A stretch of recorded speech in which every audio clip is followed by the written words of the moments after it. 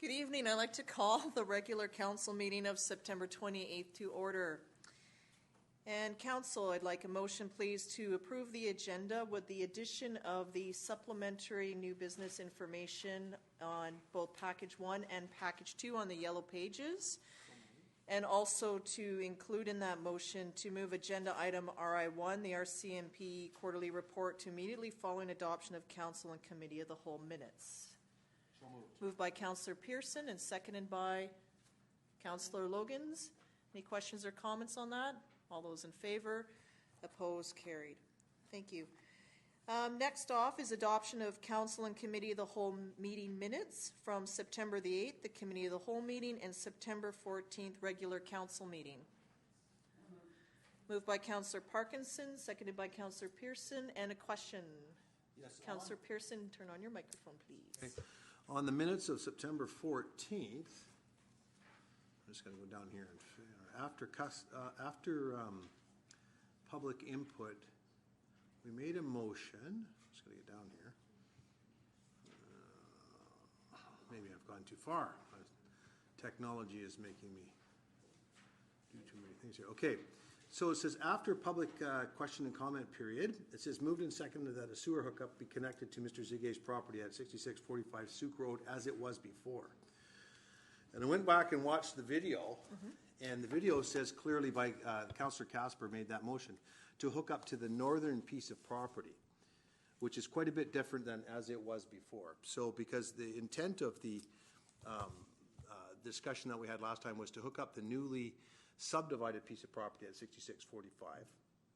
There was a sewer stub, as I understood it from that discussion, that went into the northern piece of the property, which is now on Brownsea Boulevard. So the intent of this is less than, it says as it was before, and there was a illegal sewer hookup, as I understood from that discussion, that went across the property at a lower place, and that one could draw a conclusion that this may in fact be as it was before, as opposed to the northern piece of property, which was clearly Councillor Casper's motion, which I seconded. Okay. So we do have an item for discussion related to this later on. Would you like to correct? Maybe a question to Ms. Sprinkling then is in terms of correcting this motion or making an amendment to this motion or changing the motion. You're saying, Councillor Pearson, that the motion should have been to be connected to Mr. Zigay's property at 6645 Souk Road. The northern portion of his property. The northern portion of Mr. Zigay's property at 664. So northern portion yes. should have been included in this motion. Which I understood to mean that the portion that the hookup would be to Souk Road as opposed to Horn Road. And that's clearly what I seconded that motion. That's what I clearly understood. You understood it as a connection to Souk Road. Correct. That's sort of what I thought was the case with this as well, because I thought at the time that that's what the sewer connection was before, and now we have the information. Right. Councillor Ray? I took a look at the video again this evening, and it certainly, from my recollection of when I voted on it, that was the intent. It was clear from Councillor Casper's conversation that it was to be the north end. As the motion went ahead, it wasn't as tight as the whole conversation had been that I had believed we were voting on. So I think it should be adjusted. Okay, so to amend the motion then, we'll still deal with the item in the report when it comes forward. Correct. And then Ms. Sprinkling, in terms of amending the motion to include those words. Your Worship, we can add to the motion that the sewer hookup be connected to Mr. Zigay's property at the northern portion of 6645 Souk Road at Souk Road. As it was before. As it was before. Okay. Okay. Okay. That's fine then. Okay, so we'll do that. Any other questions or comments on the minutes? All right, all those in favor is adoption as amended. Opposed, motion's carried. Thank you. Okay, our next item then is our RCMP report. Welcome, Staff Sergeant Wright. Pardon me? Well, no, the motion was that when we adopted the agenda was that we move this item immediately following adoption, so public input will follow the RCMP report. And as I understand, the staff sergeant will have a presentation tonight, not his quarterly presentation, but a presentation for us. And of course, we'll answer any questions about the RCMP reports that we've received. Welcome and thank you, Staff Sergeant MacArthur. Thanks. I said right, pardon me. Thanks, Your Worship. And good evening, councillors. And just before I get going, Your Worship, I just want to introduce Sergeant Donovan Tate, who's just driven in here moments ago from Nanaimo Detachment. And Sergeant Tate, no relative, I believe. But, Your Worship, he served in Souk in 05 and 06. Some of you might remember him. I believe you may have been a councillor, Mayor, no? Okay. And he was instrumental in doing some work on what I want to present to you just briefly before we move on to questions and a few other things. And I just want to give you an introduction to something you might have seen about a year ago in the paper and may be familiar with. But this December 19th will mark 51 years since Constable Reg Williams of the RCMP died while on duty at the Government Wharf. At 21 years old, Reginald was stationed here following his graduation from the RCMP Depot Training Academy. He was originally from Portage La Prairie, Manitoba, and he had served only 15 days in Souk at the time of his death. At approximately 10 p.m., Reg went out on routine patrol and his car slid off the end of the Government Wharf in icy conditions and into the frigid waters. He was unable to free himself, and although the vehicle was pulled out within about 15-20 minutes, he drowned. So we're going to mark the anniversary again this year, and Sergeant Tate was instrumental in getting the memorial that you see by the flag post in front of the detachment. That is for Constable Williams, getting that erected and at a ceremony at the time. We just, it was kind of last minute that we marked the 50-year anniversary. None of us saw it coming, and it was by fluke that we saw it. We tried to get as good a ceremony as we could together just to mark that fairly significant event. And since then, we've kind of come together with some people who like Donovan here, were instrumental in trying to keep the memory of Reg alive, as well as his family members. His brother lives in Sydney. Another brother in, I believe he's in Edmonton, and his daughter, Colleen, is now a sergeant. That would be Reg's niece, a sergeant with the Edmonton Police Service. So they actually visited the detachment through the summer and found out that we're going to try and maintain this tradition of going to last year we went out and to the Legion and toasted to Reg right at the time that he would have slid off the wharf into the water, and that was following the ceremony that we'd had earlier in the day, and with a lot of the firefighters there too, who we really appreciated coming. So what I'm kind of here to do is just to kind of introduce the idea and see if I can get some kind of a motion for some kind of significant recognition of Constable Williams' service in Souk. And I just want to say, I think most of you know this, that whether it was a firefighter or ambulance employee or one of you people that died in the service of this community, I think I would feel the same, that we should do something significant to keep the memory of Constable Reg Williams alive, and whether that's the naming of a street and not maybe a new little cul-de-sac in a back subdivision that's not seen, but something of significance that's seen by the community, because his death was in the service of the community of Souk. It wasn't as grandiose as some police officers' deaths or firefighters are, but it still was. He was on patrol doing his job here, died rather unceremoniously and very tragically. So we're looking kind of to get some kind of motion and at least have that for the family, who are all flying down December 19th to mark the 51st anniversary. So even though we're just going to have a little ceremony, they're going to come down. They've already booked their flights, and it would be nice to at least have something in place to say that we're looking into this, to name a significant trail or a park or a street or something after Constable Reg Williams. So that's why I'm here today. And before I take any questions on that or anything else police related, Sergeant Tate just wanted to say a few words to you. So go ahead, Donovan. Good evening, Your Worship, Mayor and Council. As Jeff mentioned, my name is Donovan Tate, and I spent 2 glorious years serving here in Souk. I came from Vancouver with a largely a plainclothes background, and I cut the mustard back here in uniform. Those 2 years were fantastic. I got to know a lot of the community. Got quite involved in coaching hockey. I don't know if anyone here remembers the Stingers. They're no longer here, but in short, had a great time getting to love the area and the people.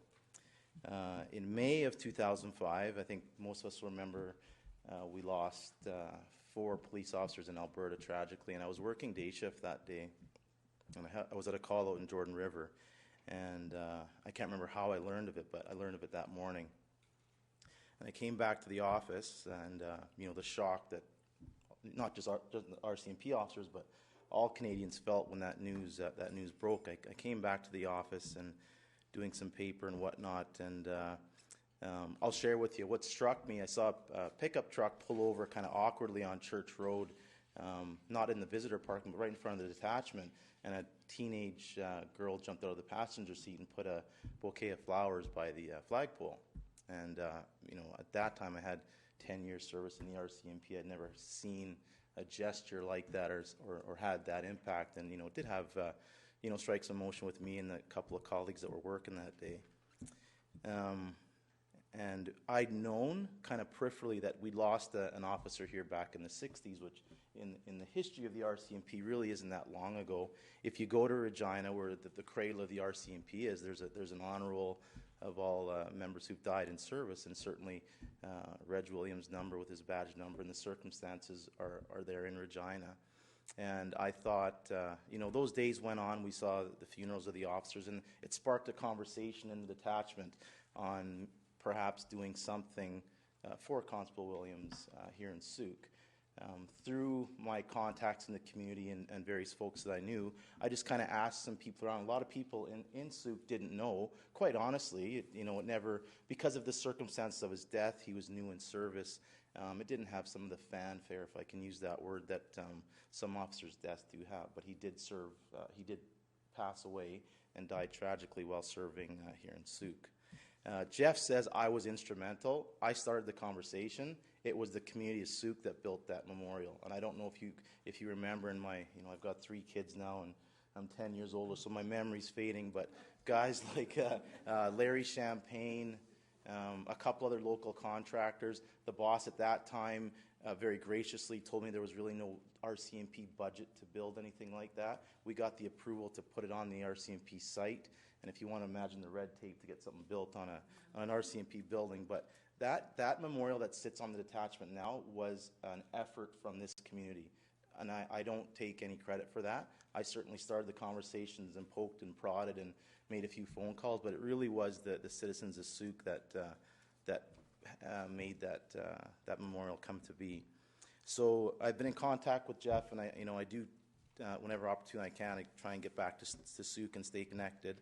And I just think it's fantastic that Reg does have a brother who lives in the area. I think he's in Sydney. We did kind of bless that memorial on that day when it was all said and done. And Jeff has kind of made some really good contacts with the family, and sparked a lot of interest into now they're going to come out for the 51st anniversary of Reg's death. And the irony of it is his niece is a sergeant in the Edmonton Police. So, I mean, that's just a fantastic story, if you will. So Jeff and I were talking, and it's an evening. I don't have the kids, and I can drive down and spend a night in Souk. But if I can just add any support, I've enjoyed all my 7 postings in the RCMP, but Souk definitely has a soft spot. And I think now that I do have young kids, a dedication of a park or a street name is a real good learning opportunity and a teaching point for kids. And if there's any way I can add any support, that's kind of why I'm here today and provide you with a bit of history. This is a really great community, and just driving through, seeing some of the improvements, fantastic. Thanks very much. Great, thank you very much, both of you, for your presentation today. It was December 19th, I believe, is that correct, in terms of the date of the upcoming anniversary? Yeah, December 19th? Okay. That's right. Okay, so any comments or questions? Councillor Parkinson? Thank you for that information. I was on council back in 2005, and that was when we instituted the Veterans Memorial street plates. And that was for veterans who passed away, who were in Souk during the First World War, Second World, and Korean War. And every time there is a new development made where there's a new street, the street plates go up for them with the district crest, and then the poppy for the Legion, and then the vet's name on it. I would like to see that if we have a street plate with the RCMP crest on it, with the district crest, and with his name on it, on one of the streets in one of the new subdivisions. So just a question to staff, the veterans name, street naming, that's a policy that's currently in place? The policy is in place, but you also could make a motion to have the next street to be named after Sergeant Williams, if you so wished. Okay, so that, would- that's a motion Councillor I would Parkinson like to make that motion. Okay, seconded by Councillor Pearson. So discussion on, would we need to have the policy come back to be amended, or can this just go We through? wouldn't be amending the policy. This would just be a council resolution for Okay. action. Okay. Discussion on the motion, Councillor Logans? If I may just ask your opinion on if that would work, if it's the next street name. Does that sound like something that would work for you, or are you looking to see something else? I think it's a great idea, and thank you very much for that. I think what I had in mind was just something of a little bit more prominence than, and I certainly don't, I know that some of those streets are probably named after veterans who fought valiantly in World War I, World War II, whatever, and I think that's the case, right? So I'm not trying to marginalize the memory of them at all, but I just thought it might be a little bit more in the forefront of maybe a new development. You know, it would be Right down the road. very significant. Yeah, exactly. So, no, that's great. Councillor Ray, then Pearson? Yes, and thank you very much for coming out and speaking on Constable Williams' family. I would like to take some time to think what possibilities there are that we could do this. We do have a couple of months yet. I just wouldn't want to race such an important decision today in light of some of the sort of ideas that Staff Sergeant MacArthur's provided. Just like a little, even if it's a couple of weeks, just something to sit back and reflect and see if there was something else that we could put on the table and sort of present a few ideas of what the options might be for recognizing Constable Williams. Great. Okay, Councillor Pearson? Yeah, thank you both for your presentation tonight. And being a little boy in grade 3 in Cicino School when that tragedy happened, it was discussed to us as little children in school as a tragedy in our community for somebody who was serving. And I remember, I don't remember it well because, you know, I have 3 kids too. So that's your excuse. Anyways, no, but I do remember it being a sad day in Souk and that memory. So anything we can do, and I like what Councillor Parkinson has said, and I also like what Councillor Ray has said. So there's perhaps that we can do something. I think that we will come up with something, and we won't let you down. So That's great. So thank you both for coming tonight. Thank you. Back to Councillor Parkinson. I was going just to say on the nameplates for the veterans, the nameplates really signify a difference between the plates which are in town, and they're quite large and they stand out in how they look.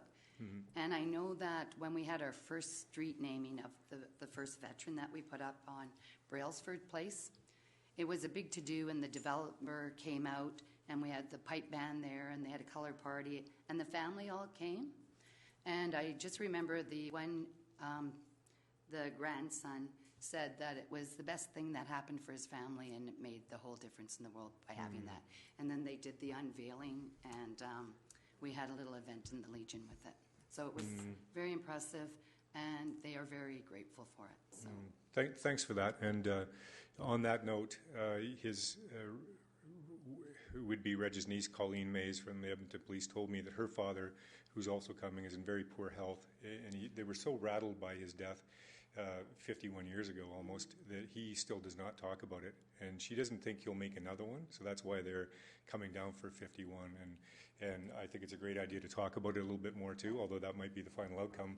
So I'm more than willing to help out in any way that I can. And what would be nice is if on December 19th we could at least say that it's in place, or we are doing, something, that would be great. Okay, so we do have a motion on the floor. We could, do you want to postpone this decision, table it? Postpone the motion, and then we can bring that back. Unfortunately, December 19th, I'm likely not able to attend this, but Councillor Pearson will be acting mayor and would be available to be there that day. Councillor Pearson had a comment? Well, as long as, and I'll agree with tabling it, as long as we get it onto the agenda of the next regular council meeting, so for discussion, so. Sure, let's do that, and then everyone can. I don't want to lose sight of it, that's all. Yeah, take some time to come up with some ideas. So do you need a motion to get it on the next? Well, it'll just be postponed if I'm not correct. If I may, I think the motion should be something like to refer it back to staff to bring forward a report with options. Okay. For council consideration. Okay. So we would need to just amend that motion, that as stated by Councillor Parkinson, and to bring it back to the next council meeting with a staff report. Would someone like to move that amendment? I'll move that. Okay, and I you're agree. in agreement? Okay. All those in favor of the amendment? Motion's carried unanimously. Now on the main motion, all those in favor? Opposed, carried unanimously. Thank you very much. Okay. Thank you. Were there any questions? I understood that there were some about other matters. Yes, I understand then that we'll have you back for your quarterly report. In the meantime, from our last meeting, there was just a question. We received a letter from the Ministry of Justice just to Mayor of Langford regarding the collapse of the integrated crime unit, and several municipalities are now talking about that, about reestablishing that, and also the provinces agreed to help facilitate as various mayors and municipalities work this out. I believe Councillor Casper had a question though, because there was another line, I thought I wrote it down, that here it is, that the province still continues to provide the integrated road safety unit to all municipalities, including the RCMP. So I think we were just wondering if that is continuing as it is, and how is that working with your operations? It is continuing, and I think it will continue to continue. There's no end in sight for it. It's the Integrated Road Safety Unit is composed of 15 members. 5 of them are RCMP members, and the other 10 are from the municipal agencies around. We get good service from them here. We integrate with them quite frequently, and they're constantly out here. They monitor and report to me on their results quarterly. I'll also include those in my quarterly report. So I'm not sure if that answers the question that you posed, Mayor Tate, but was there concern that it would go the way of the regional crime unit and those There type was, things? I think, that concern, and then also I had been asked if the members that make up the IRSU unit, are they SUC constables that are taking out of SUC work to fulfill that, or is it a whole different team of people that come in? It's there's no SUC member. There's no requirement for us to put a member in. I don't think that we contribute to the Integrated Road Safety Unit at all. Okay, So we and get it's just pretty much strictly- free service Okay, from and it, whereas there is contributions amounting to a lot of money from Victoria, Saanich, Central Saanich, and West Shore. Okay, and then I also understand from that letter that any traffic fine revenue that is generated by this specific group flows back into our municipality. Okay, Yep, along with other traffic fine revenue, right, including the exactly. stuff that we generate locally. Also in our agenda tonight, later on, we have a letter earlier in this year during our budget deliberations. We had asked you if we wanted to implement 24/7 policing, what that would look like, and we received your report. Thank you. And then at the time, council passed a motion to look at adding one constable to be effective next September 2016. And so in here is our, under RA2, which we'll get to later, is just our report to actually initiate that process. And so once it's all approved, it does say that there's a requirement that this be filled in 1 year. And I'm just wondering, in your experience, have you seen that be met properly?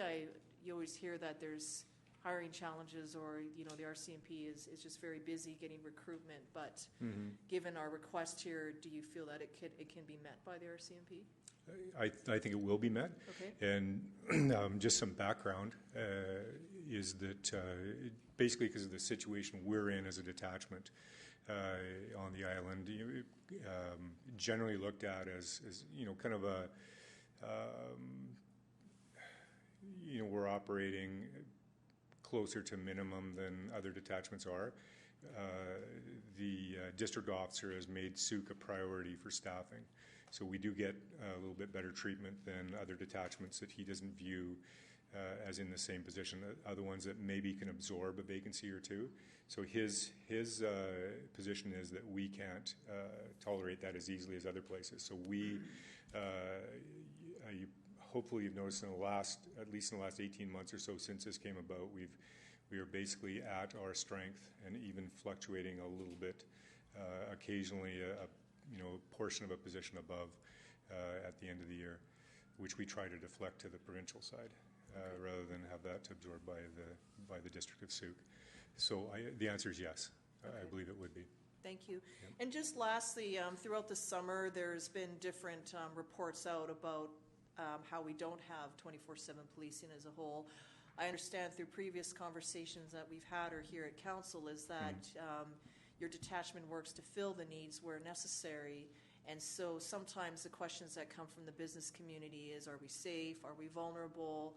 And there's sometimes a lot of questions to council asking, like, what are you going to do to ensure that we're all safe? And I think answering the question, are we safe, is a difficult one to just answer generally without getting into a big debate on what safe means. But it always seemed to me that your detachment is adapting to meet the needs of the community and responding as needed, and it's not just a simple, okay, it's 5 o'clock, everyone's going down and there's no police presence in town. So I'm wondering if you can just comment a bit on how you've been addressing the needs or what you've seen happen, what kind of trends may be occurring in town. That's a tough one to answer without people falling asleep here. Well, we'll keep it short. But I'll try to. Are people safe? I think they are. But this is not unique. It's unique in a way in that in the CRD we're the only community without 24-hour coverage. So I think it makes us a little more vulnerable to property crime. We don't have the abundance of commercial properties that are generally targeted at night, like say Sydney do. So we do experience some more sophisticated criminals taking advantage of what they know. And so I've been more vocal about us not having that because in my opinion, I think that the community need to know that when they're making decisions and feeding information to their elected representatives about what they want to have. They should know that because I can tell you that criminals do know that. They know exactly what our shift schedule is and when to come out here and when not to. So I think when people are talking about their personal safety, though, if it happened to be that there was a domestic assault, and we had one of these recently, I didn't have anybody working, everyone's home in bed. They are on call, but if someone is being assaulted, some kind of crime against a person is happening, then our people have to go to the office, they have to wake up, get in their car, go to the office, get changed. The response time is slower. So that's not unique to a small community. There's other communities all over the island with the same kind of thing. And I think if, as a resident, if you go into a small community, you probably understand that you might not even have policing at all. The policing might come from 2 hours away. That just happens to be the reality in Sooke. So what do we do to mitigate that a little bit? We stagger our shifts. There are people available. It's just the response time is not quite as good. The response time to Port Renfrew, is in those circumstances could be an hour and a half. And sometimes when the trees are down, it could be 3-4 hours. So it just happens in Souk that you're adding an extra 15-20 minutes, and we have had one recently, and it was a domestic assault where we had nobody. So it was just a longer response time, right? Does that answer your question? Generally, and we do stagger shifts, adjust them to try and just show people who are watching a presence when they're not used to seeing a presence between 4 and 7 in the morning, and to see who's out there at 4 to 7 in the morning and what they're doing. And so that's probably what we do. That's the only thing we can do, is occasionally kind of stagger the shifts, change the hours around so there's not a set pattern, and make sure that those who would take opportunity of this realize that it's not always the case that there's no one around. That's great. Thank you very much. You're welcome. Any comments or questions from members of council? Okay. Thank you very much for coming tonight. I guess we'll receive more information from staff, and I think maybe one other thing to find out is that if we were to put the RCMP logo onto a sign or onto something, just what sort of a process would that look like may be helpful for our staff, just in terms of using that logo. Terrific. Yeah, excellent. Thanks. And just to be clear, Your Worship, I didn't present the quarterly report tonight because I heard that Mayor Casper wasn't here. I thought it was kind of the equivalent of playing the Leafs years ago without Ty Domi in the lineup. So I'm going to move it to next meeting. Anyway, thanks very much. Take care. Thank you. Okay, so we're now going to go back into our regular agenda, into our public question and comment period. We do also have a public hearing and a public, a public input session, which will allow for comment on those two particular items. So if you do have any comments on PH1 or PI1, you can reserve those till that time. But otherwise, any member of current could just speak to any other matter on tonight's agenda. And if you could please keep your comments to 2 minutes or less, that would be great. Thank you. And we'll just need your name and address for the record. Am I up? Madam Mayor, councillors, thank you. My name is Lauren Christensen, 2427 Valley View Place in Souk. And I'm here tonight to comment on the development of property 6523 and 6527 Souk Road, where the developers asked for a reduction in parking. Pardon me, Mr. Christensen. We do have an opportunity right in that agenda item for public input. So perhaps if I could ask you to save your comments for that time. Okay, thank you. Gail Hall, 2517 Souk River Road. I thought I had you're going to speak to the amenities on Church Road later.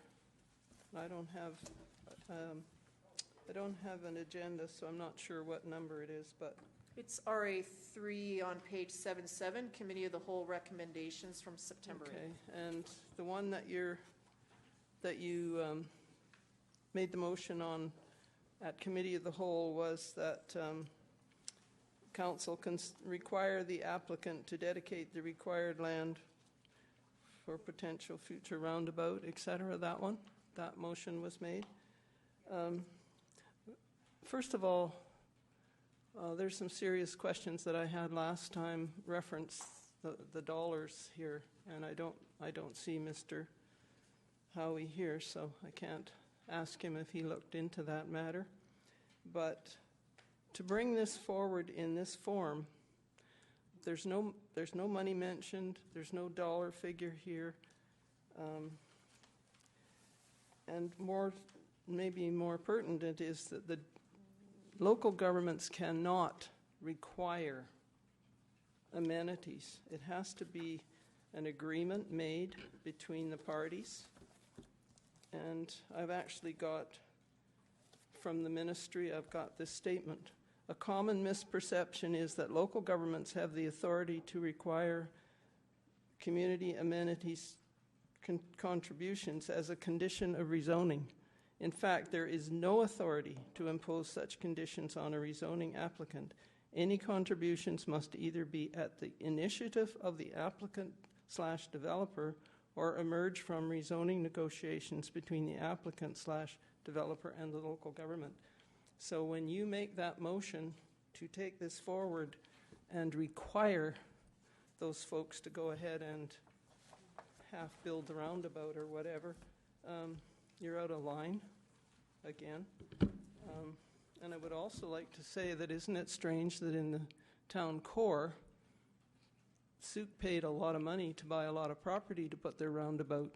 On this one, they want the developer to be nice enough to give them a chunk of property for it. I think that you need to go back over this whole thing, because the staff report for the committee of the whole was way, way out of line. And with the policy that you're following, which really doesn't carry any weight anyway, affordable housing cannot be considered as part of the amenity contributions. So your numbers are way out of line. And I said that last time. Mr. Howie said he would look into it, and I'm still waiting. Thank you.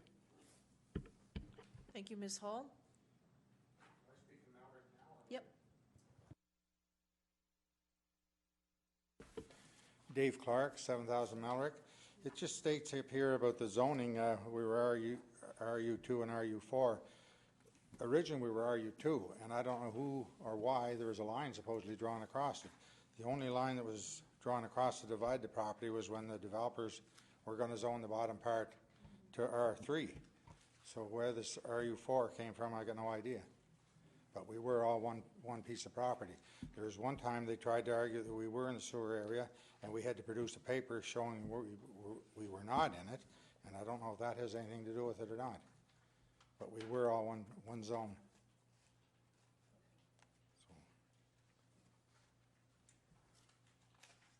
So I guess that's it, I think. Thank you. Thank you. Other speakers? Your Worship, Mayor Tate and Council, Jeff Zigay, 6419 Souk Road. I wanted to comment on the RCMP's trying to name a street and putting. I agreed with the officer, the sergeant, that it should be something more prominent. And just a thought, and maybe Councillor Parkinson can take some lead on this, and that is the strip of property the city acquired through the western portion of the property we recently rezoned is a waterfront access. It should be a prominent part of the new downtown, and I think it would look pretty good with his name on it. But just a thought. Thanks. Thank you, Mr. Zigay. Does anyone else have any other comments or questions? Ellen Lewis, 5526 Souk Road. I was looking on page 21 of your yellow page there about the lighting, and I'd mentioned this before about any lighting that you do.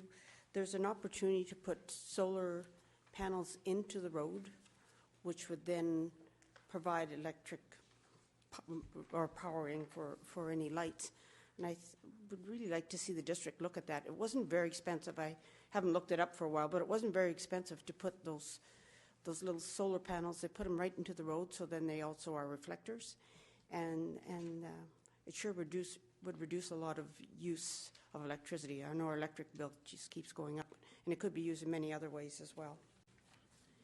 And I see you do have a detachments report there. Unfortunately, he's left.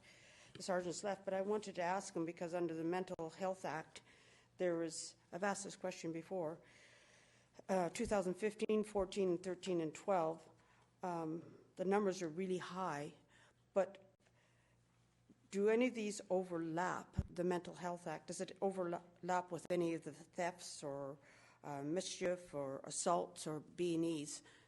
I'd just like to know if the sergeant could answer that, if that question could be asked of him. I think in the past he has said that with those occurrences that sometimes it can be one person with multiple and different things, because sometimes people are charged with more than one item and it does impact different things, and then it hits all the categories. So you can have one person do 5 different things in 4 different ways, and then there's a number of them listed. I remember him saying that he had difficulty doing that, but I was looking at the line, I think it was Langford. think it was, Langford or Colwood, and there is a way of doing it. They just don't have the system set up apparently, but there's a way of doing it so that they can overlap and find out if it's repeat offenders, if it's the same person doing the same thing or same two people. Just a question. Councillor Ray? Yes, I'm taking that the item, the Mental Health Act, is where they've looked to commit something, someone who's either a risk to the community for harm or to harm for themselves. So there's a section of the Mental Health Act that enables a police officer to take them to the hospital to emergency, where they can be either committed or a doctor sees them and releases them. So I'm not sure whether or not there's at other times they may be involved in a criminal offense, but the Mental Health Act is not a criminal offense. No, I understand that, but I'm saying under the Mental Health Act, were they that person, for instance, was that person responsible for an assault? That's the kind of overlapping that I'd like to know. Usually, and I can't speak for the staff sergeant, but usually it's because somebody is going to do harm to themselves, so it's an attempted suicide or threatening of that. Possibly. But it could possibly be something else. Yes. Yeah. Thank you. We can ask him when he returns to do the quarterly report and get some clarity on that for all of us. Thank you. Thank you, Ms. Lures. Any other speakers this evening? Okay, seeing none, we'll move on through the agenda. And the next one is PH1, Bylaw 620, Zoning Amendment Bylaw 618 for 6431 Souk Road. And we will be starting that with a staff report followed by a mayor's statement. Ms. Lashane?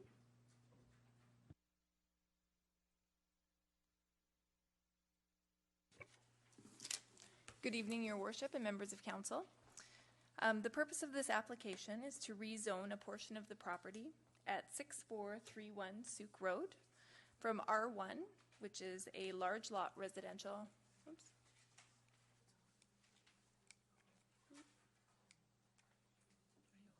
It is.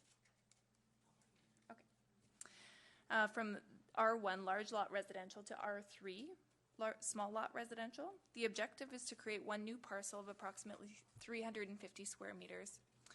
The property is 1,728 square meters in size. It's located on the south side of Souk Road, extending down to the harbor.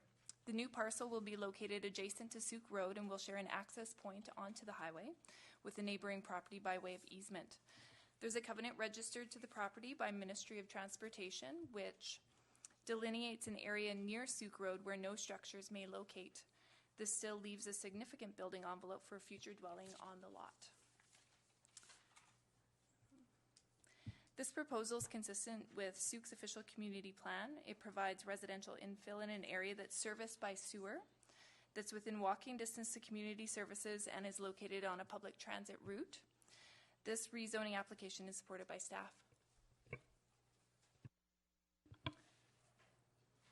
Okay, any comments or questions from members of council? Councillor Pearson? Thank you for your presentation. You said there's go back one page about there's a covenant on the property. Do we have a shaded area for what that covenant would be? Because 350 square meters is not very big. Would it be right up adjacent to the road? Through you to the Yep. staff.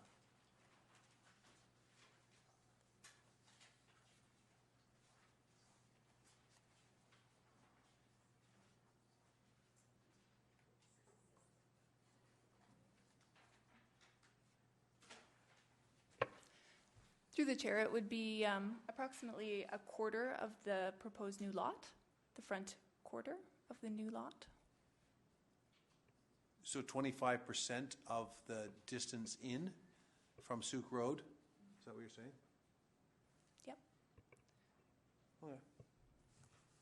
No other questions? That's consistent with the setback from the center line of the highway as well. No other questions? Okay. Any other members of council? Okay. So I'm just going to read out the public hearing statement. This public hearing is being held pursuant to the Local Government Act. At this public hearing, any person who believes that their interest in property is affected by the proposed bylaw will be given a reasonable opportunity to be heard or to present written submissions respecting matters contained in the bylaw that are the subject of this hearing. Copies of written submission received to date are available. It is important that all who speak at this hearing restrict their remarks to matters contained in the bylaw, and it is my responsibility as chair of this hearing to ensure that all remarks are so restricted. Those of you who wish to speak at the appropriate time, commence your address to the council by clearly stating your name and address. Then you may give us the benefit of your views concerning the proposed bylaw. Submissions must be received before or during the public hearing in order to be considered by council.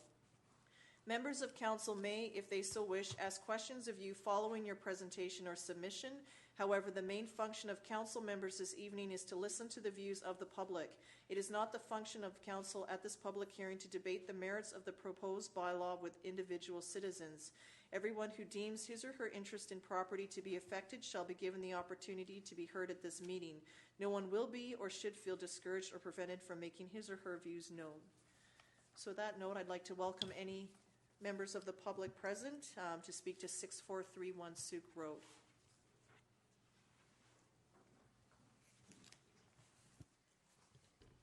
Your Worship, Council, my name is Carol Brown. I'm from 6431 Sooke Road. I'm the applicant. I do have only one copy of the covenant from Highways, just to show the building envelope that's available for building.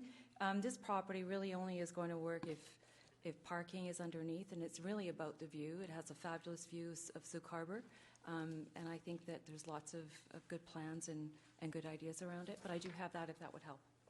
Okay, if you could provide that to Mr. Dillabaugh, our acting CAO. Thank you. Thank you.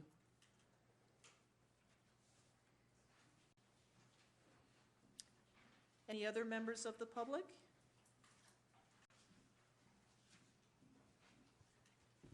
Ellen Lewis, 5526 Sooke Road. Just to be assured that the OCP is complied with and that all buildings are built into the landscape so that it's not just one person having the view of that harbor, especially when you drive down there now with that harbor very clear and available to us all. We sure don't want to lose sight of that. And so I think we have to look at what we talked about in the OCP was to make sure that the buildings were built into the landscape so that the rooftops didn't inhibit us from looking into the harbor when we're driving by. Thank you. Calling a second time for any comments. And a third time. So on that note, I'll call this public hearing as closed and turn to council to consider third reading of the bylaw. Move third reading. Moved by Councillor Pearson, seconded by Councillor Parkinson. Any further discussion on the motion? All those in favor? Opposed? Carried unanimously. Thank you very much. Okay, so now we'll move on to PI1. This is for 6523 and 6527 Sooke Road, the development permit and development variance permit. And council would have received in package 2 a number of written submissions regarding this particular item. We'll start with the staff report. And Mr. Dillabaugh? Thank you, Your Worship. So this application is for a development permit to construct a 38-unit residential building containing one commercial unit on the main floor. The proposal triggers a development variance permit in the Sooke zoning bylaw to the parking requirements. The site is zoned CTC, and there is a covenant that restricts the site to no more than 4 stories. The property is just over half an acre. The 2 properties will be consolidated prior to building permit. The applicant has requested 3 variances to the Sooke zoning bylaw. The first is that the proposed parking stalls be set back from Lanark and Dover 1.5 meters rather than 3 meters. The second, to vary the number of parking stalls from 1.5 stalls per dwelling unit to 1 stall per dwelling unit. And the third, to vary the commercial parking requirement from 1 stall per 30 square meters to 45 one stall per 45 square meters.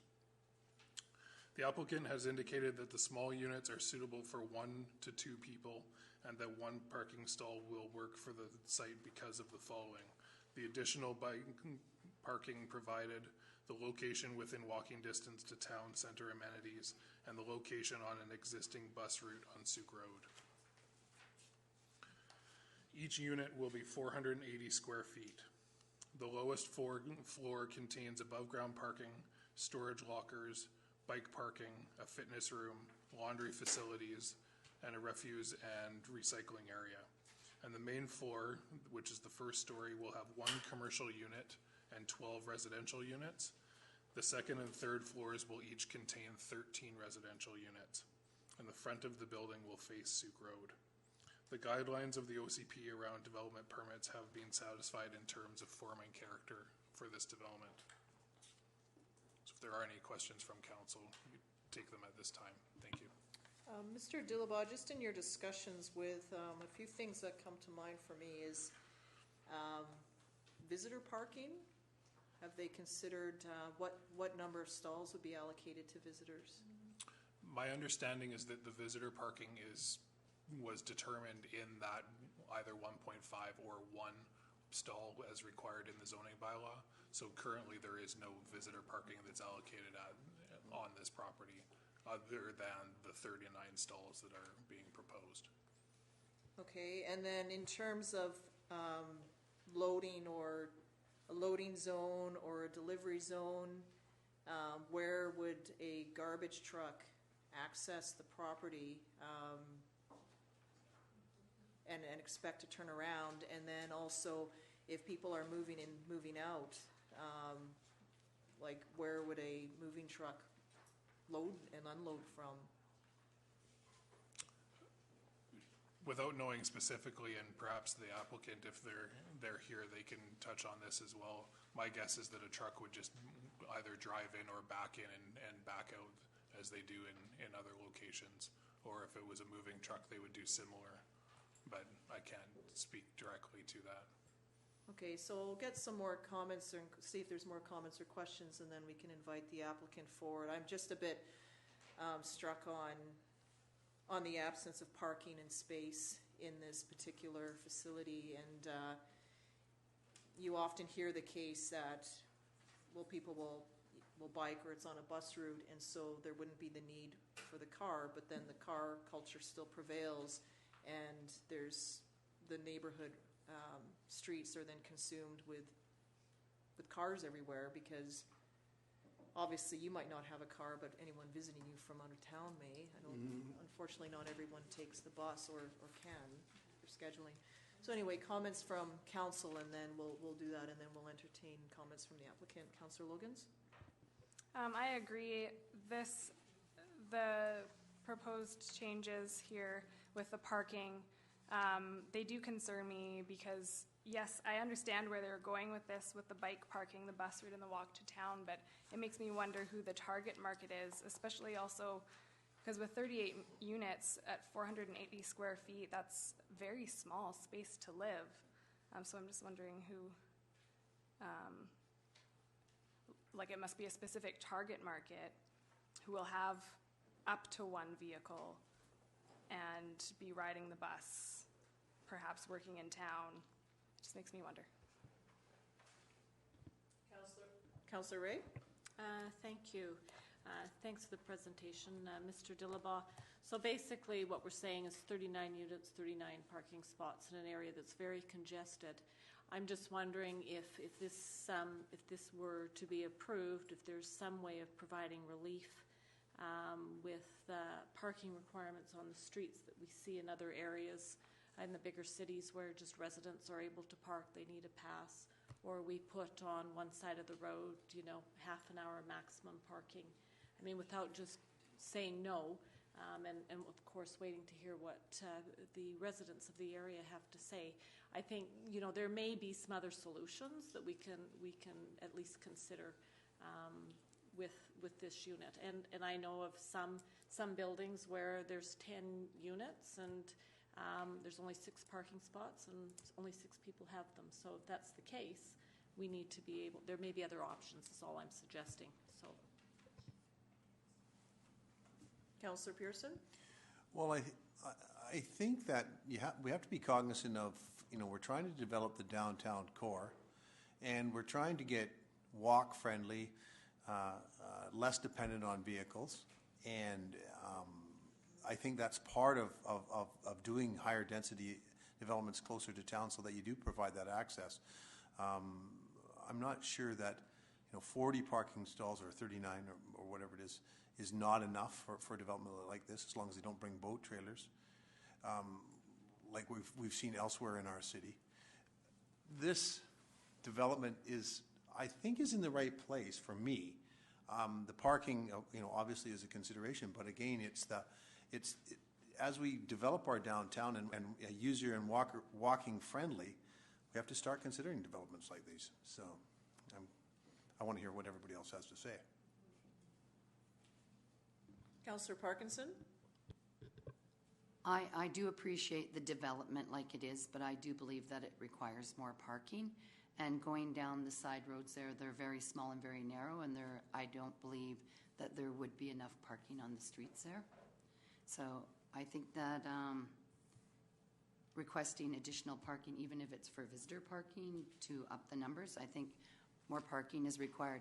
We have so many problems around this town with lack of parking everywhere. So we shouldn't keep doing that with the lack of parking.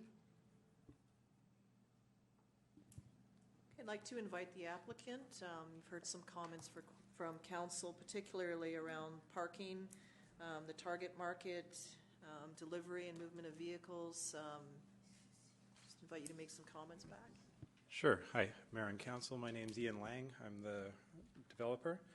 To give you a background, I won't really get much into the building because it seems like everyone's question is about parking. And for the last 18 years, I've owned and managed apartment buildings, and it's been the main proponent of my career. I'm very well versed in apartments and other developments. I've built condos, houses, industrial parks, you name it. The one thing about apartments is it's very different as a tenant than a condo building would be and or a townhouse.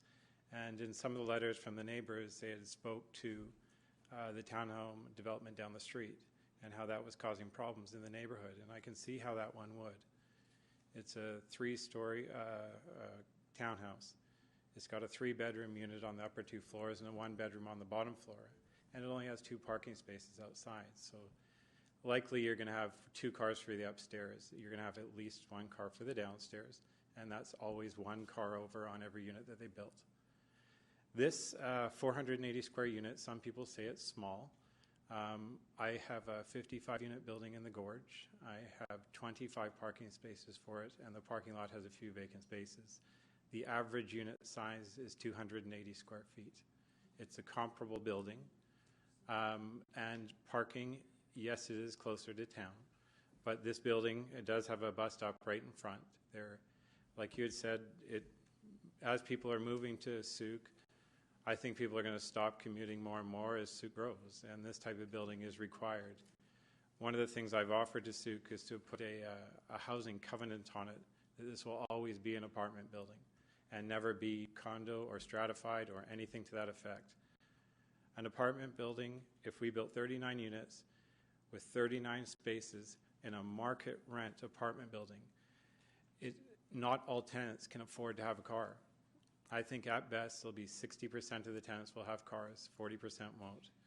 Every parking space in every building I've ever owned, whether it's a $5 charge, just to define that tenant space is always done. It's the easy way to control the parking lot, and otherwise you just have cars parked everywhere and you can't tell whose are whose when people move. So people in market rent apartment buildings generally don't all have vehicles. Otherwise, a condo, people who can afford to buy a condo have a lot more money and likely have a vehicle. It's a different type of housing and a market rent apartment building. The units all at 400 square feet are likely all bachelor 1-bedroom units. So they're most likely to be rented to one person. Very, very rarely.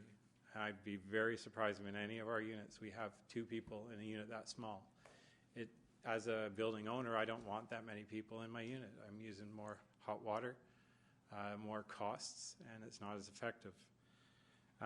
We've gone to put as many bike stalls as we can, putting 49 bike stalls, which is more than one per unit. And it's,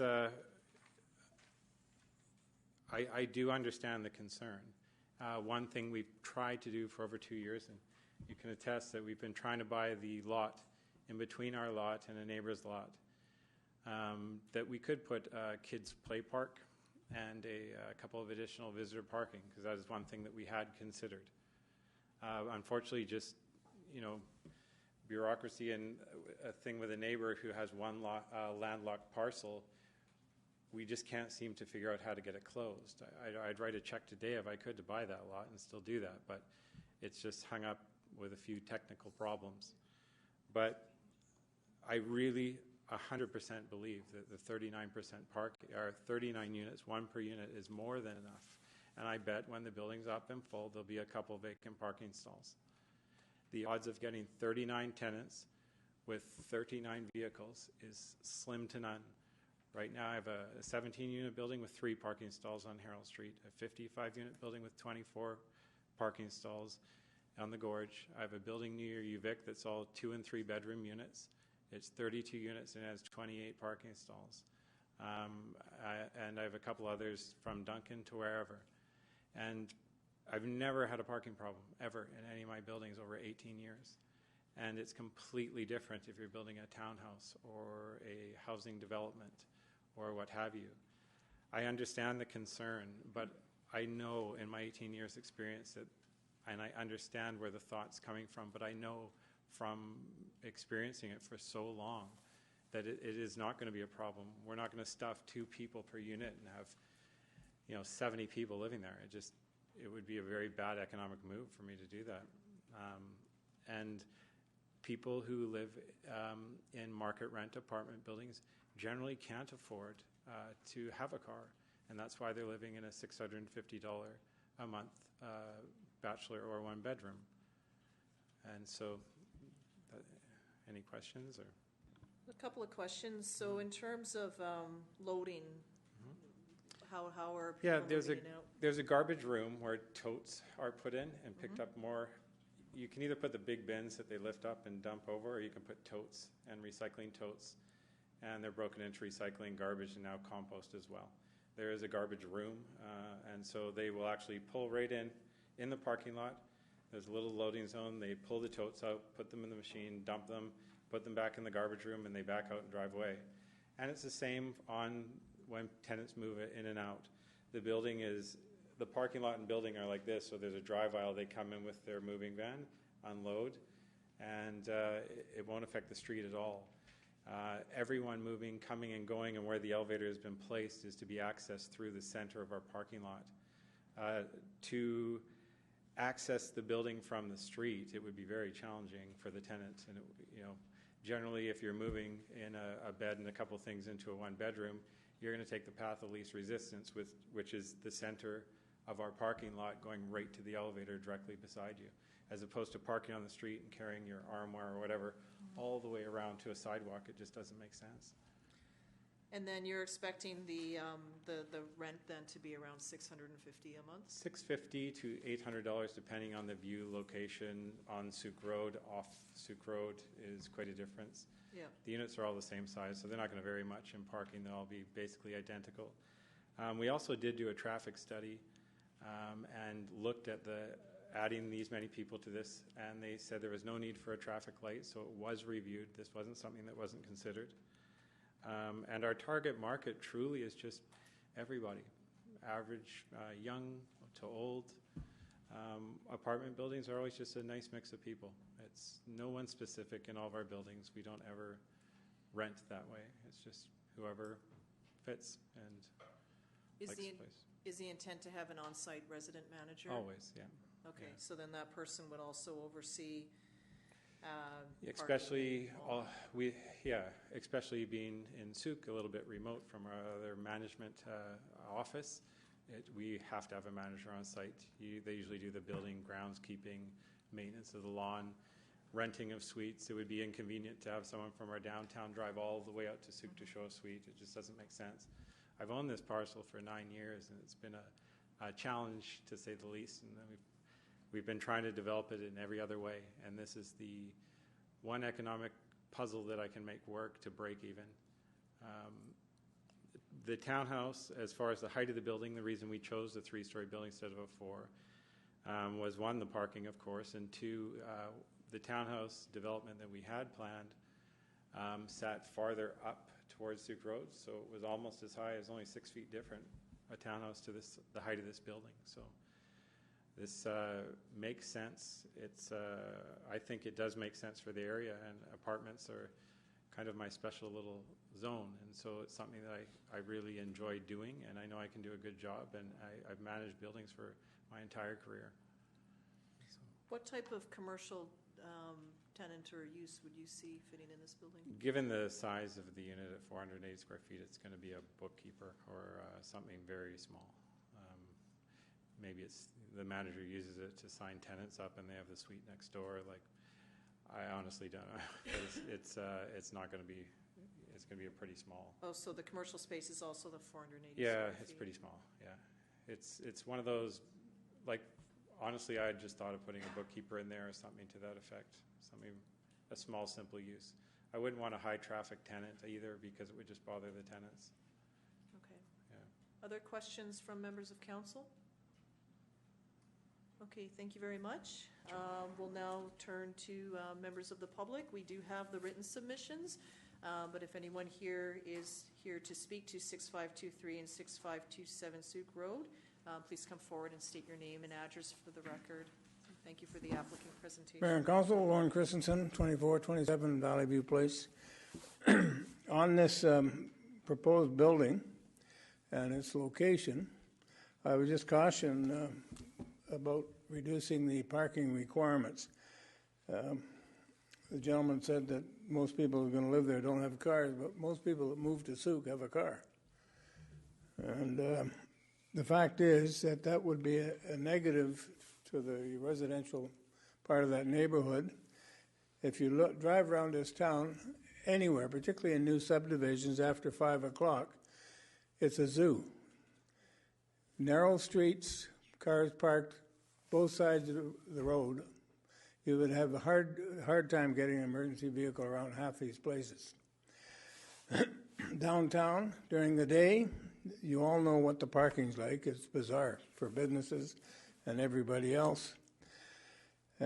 We got a whole street down there that's used as a park and ride. Cars are parked there first thing in the morning, and they take the bus to town. So those spots aren't available all day. So parking is a big issue for you folks. Are going to have to tackle it in a very constructive way soon, with respect to no parking zones, limited parking, etc. Now, we know the hotel was built with inadequate parking, and we all know what a mess that is any time they have a function or people are fishing. It's bloody bizarre, and it's dangerous. Parked on both sides of the road. So I think you really have to consider this, and consider it carefully for the people of Souk, and the people of Souk in this case happen to live down in that area, and they have to be considered. That's all I got to say. Thank you very much. Thank you, Mr. Christensen.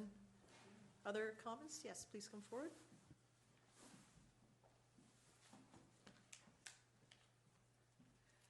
Linda Batty, 2017 Dover Street in Souk. We are one property away from this proposed development. The first thing I would like to emphasize to councillors who are not aware of it is that we do not live in the downtown core.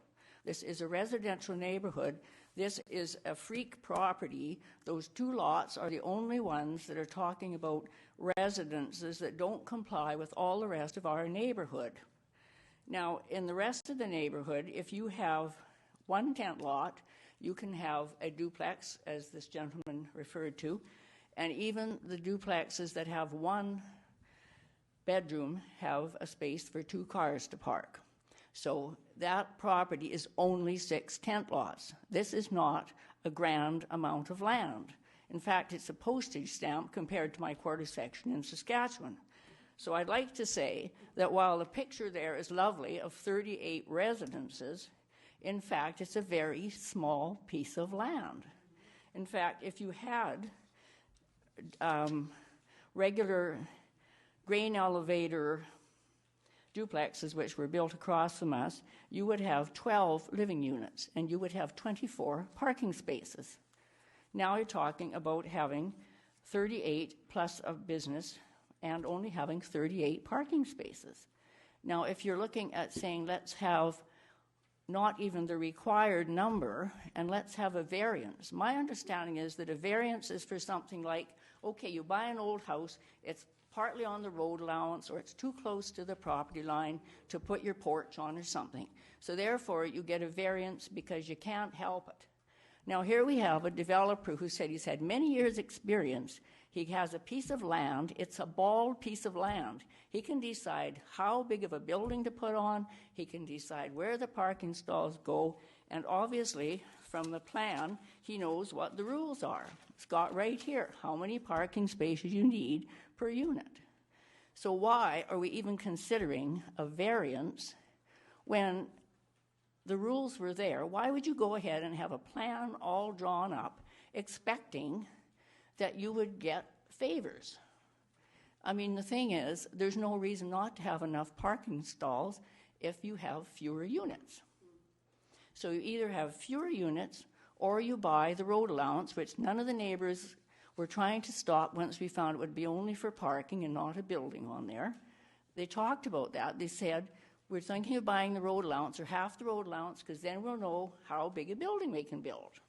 Now all of a sudden, oh, well, it'll be a lot cheaper, won't it, if you don't buy the road allowance and you just get a variance, so you only have to have one stall instead of 1.5. Well, even at 1.5 stalls, are these people going to be social isolates that don't have any family, no friends that come to visit, and they don't have any job to drive to or anything? I mean, it's ridiculous. Because this, as we said before, it's the only property, other than the ugly welding shop, that is not a residential neighborhood. I mean, we've got 5 tent lots that we live on, and I don't even have enough room for as big a garden as I'd like. So what are we talking about this? Oh, in the downtown core and walkability and bicycles. How many people are going to ride a bicycle into Victoria to their job? I mean, I know one man who does, but it's dangerous, you know. So I guess the point here is that why the variances and why have them further out from the property? If you don't have the space, then put fewer units in. That's what makes sense. I mean, who are you making these rules for? You've got a zoning bylaw, right, that says for each unit you have 1.5 for this type of zoning. So who are you actually making it for then if you're not making it for new developers with a bald piece of land? Like, why have a bylaw? You know what I mean? Like, this isn't an old property. It's not like they can't do it differently. It's just because they want to make more dollars. I mean, that's what my friend, the developer, she said it. The bottom line is dollars. And if you can do it on the cheap, then that's how you do it. If you can cram as many units in, then cram them in. But I don't think it's the responsibility of council or the neighborhood residents to help people make more money at their own expense. And we're going to have a nightmare of parking as it is around there. Because for one thing, I don't know how many of you wander down there, but there's a ditch on one side of our road. So even our neighbors, who aren't that many and who are quite cooperative and everything, but they always park on our boulevard if they have company because there's nowhere else to go. And the same with Lanark. There's a ditch on one side. There's only one side of the road that anybody could park on. And the proposed 9 spots are right where they only put a new pad and new mailboxes last week, and we had to go get different keys. So what are we going to do there where they're saying, let's have 9 stalls on the street? I mean, 38 units. I counted the number of living units, which would be either a suite in someone's house and the other one, and it's between, if you go our side of Sooke Road, you've got all the way from Slemco, Solent, Dover, Kennedy, and Charters. There are only about 38 to 40 living units in that whole area. Now you're going to dump another 38 in, so you're going to double the number in one fell swoop and not even make people have enough parking to meet what are your own regulations that are put in for a reason. This isn't an exceptional case. This is simply a developer trying to make a few more dollars. Now, I'm not saying there's anything wrong with this man. He's probably a very nice person, but that's his job. And I don't come to you as council and say, you know, I'm a little hard up. I think, could you pass something to give me a few more dollars in my life? No, that's not the job. It's to make our community livable and also to be fair to the different neighbors. Now, if you just think to yourself, if you put an apartment building with 38 people across the street from you, be it in Sun River or wherever it is you live, and think how well you'd like it, you know. So, I mean, that's the thing. We're a residential neighborhood. This is not the downtown core, and the whole thing about walkability and the environment and everything, it's not reality with what happens in Souk. And just go up, look at that end of the road of Dover out by the school, where somebody sneaked in an extra townhouse that wasn't legally allowed to be there, but it was there. You go there, and the driveways are full, and there's parking both sides of the road, just chocker block full. So we want to prevent that. We don't want to say, oh yeah, we didn't learn from the hotel, we didn't learn from that development up there. Yes, we have learned, and the thing is, let's at least have people follow the rules, because there's no reason why they shouldn't. Thank you. Thank you, Ms. Batty. Sorry, I know that there's a lot of support for different comments, but we do try to maintain a neutral setting. There was a statement that I should have read before I opened the public input. It's not the same guidelines as a public hearing, so I'm just going to read this out now. Sorry for the delay. And it's basically that the public input portion of this meeting is being held to allow the public an opportunity to make submissions to council on particular items on the agenda. For each item, staff will review the report, and then any person, including the applicant who has an interest in the item, will have an opportunity to make the submission to council. Please state your name and address for the record. So that's done. And I'd like to welcome the next speaker, please.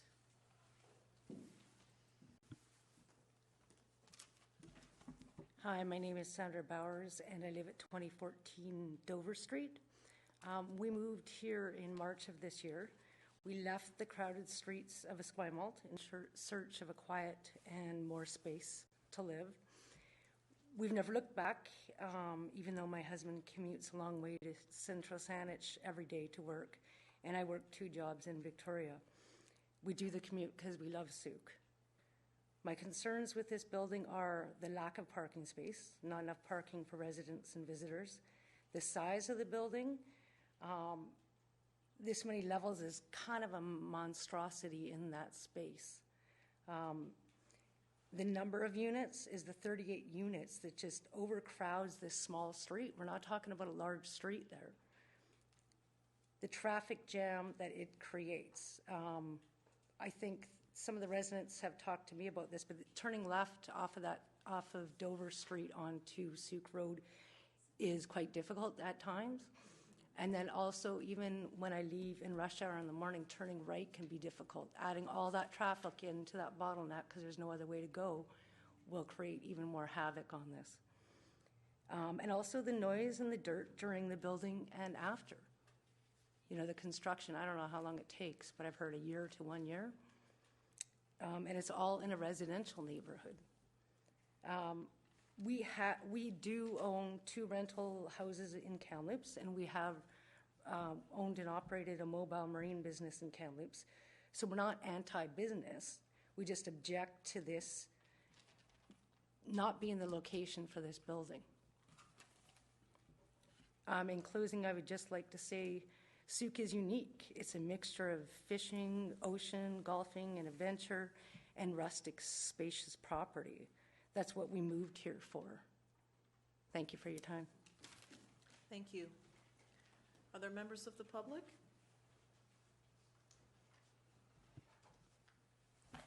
Ellen Nurse, 5526 Souk Road.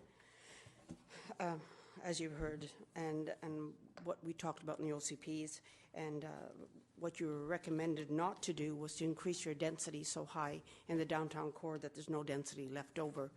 And this is not a downtown core as has been discussed. This is a residential area.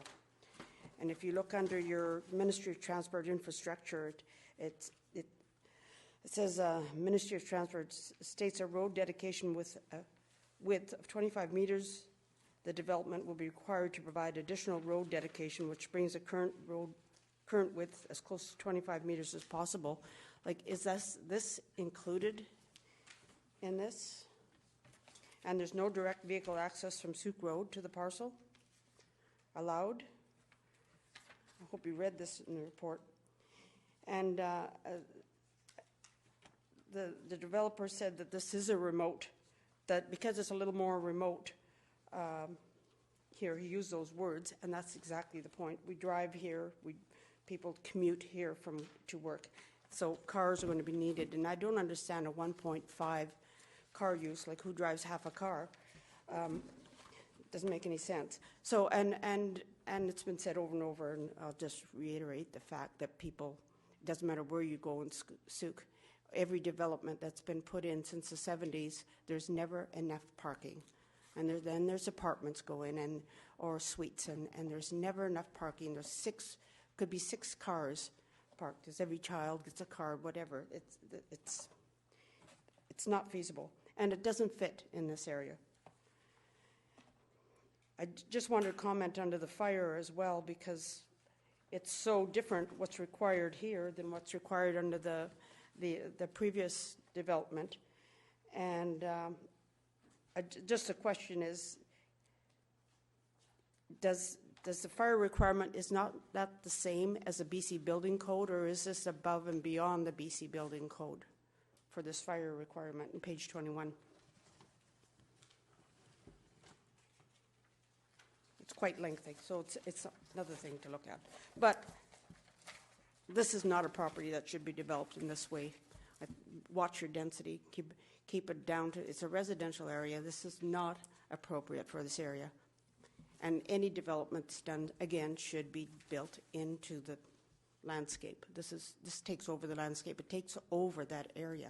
It's the wrong building for that place. Thank you. Other members of the public?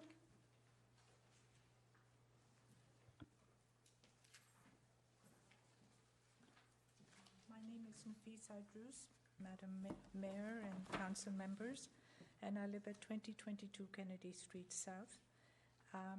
My neighbor, one down south from us, John Moorcroft, isn't here, but may I read his comment, because he puts it down very clearly.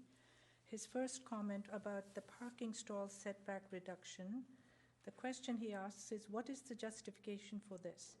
The 3-meter setback is there for a reason to soften the impact of parking on the street and to allow for a reasonable landscape buffer. Furthermore, the view from Lanark to the property will be of a retaining wall and a parking lot. A 3-foot 6-inch high guard is needed at the parking edge, and this should be made into a planter to improve this street frontage. Residential parking stall reduction. Again, what's the justification? Why is it being reduced? Yes, the suites are small 1-bedrooms, but it's highly likely that there'll be couples living in them, probably with 2 cars. This is not downtown living. Cars are essential in the absence of superior public transit. 1.5 stalls per unit is essential for this and to cope with the visitor parking. Commercial parking stall reduction. We note from the plans that there is only 1 stall to serve the commercial unit. That will be occupied by the tenant. Where do the visitors park? This reduction should not be allowed. We note that there is a public parking on Lanark Road, according to the pictures we were shown. This will end up being used by the building residents, of course, and will be a source of noise and activity on this residential street, as well as congestion. Access to the mailboxes is blocked, and if this parking is allowed, it needs to be eliminated to provide this required access. It is unfortunate that the Ministry of Transport did not think this project should trigger an upgrade to access from Souk Road. The left turn in is already a difficult and potentially dangerous maneuver at busy times, and now there'll be even more such movements. It wouldn't take much road widening to provide a left turn in lane. That's John Moorcroft, 2018, Kennedy Street South. May I read my own? Thank you.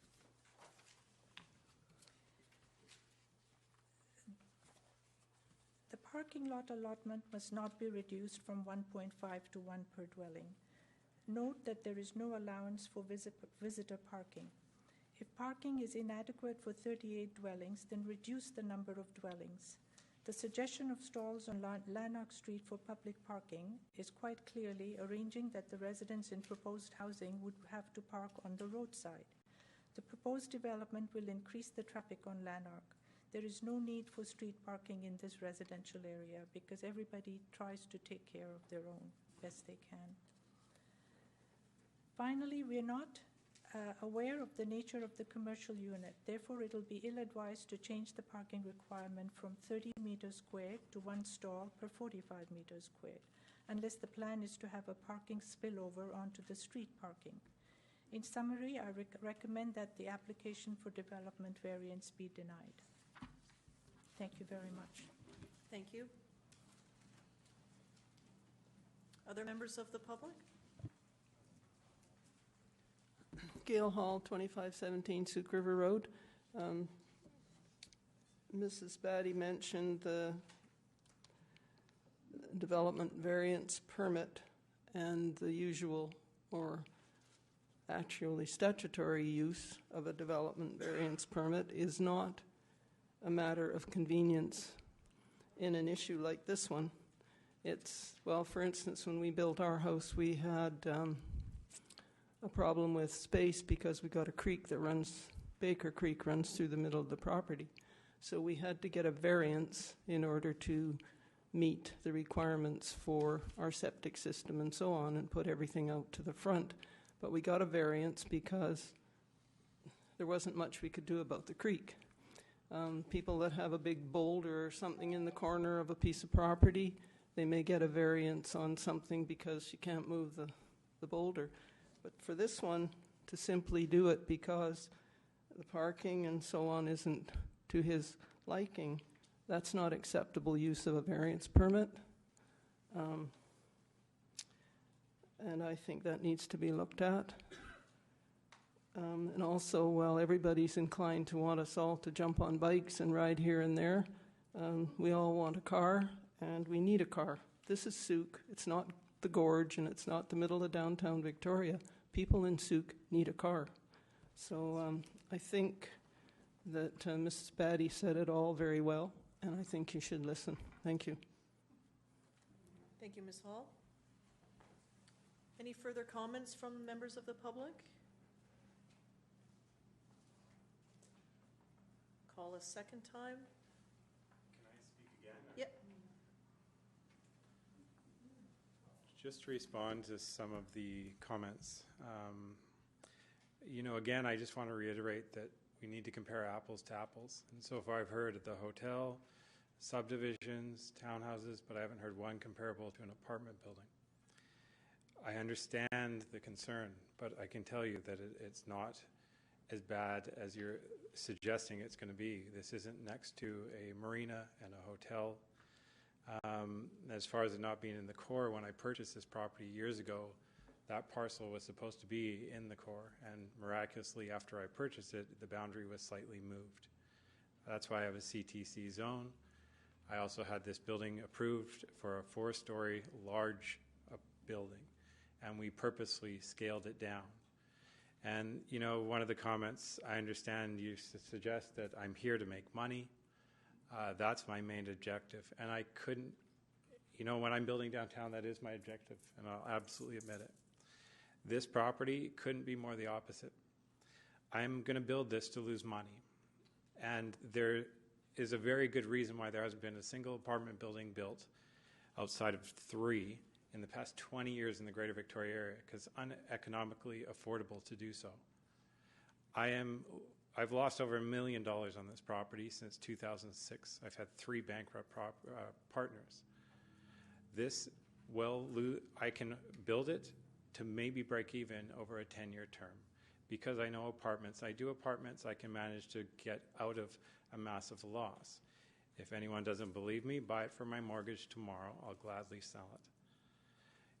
This is a very exciting property for me because I've had an experiment I've been working on for years.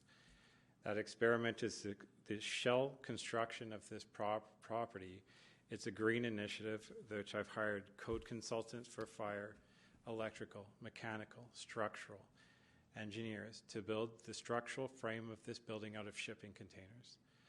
This is a very specific way to build that I believe I can reduce the cost of building to make it actually break even.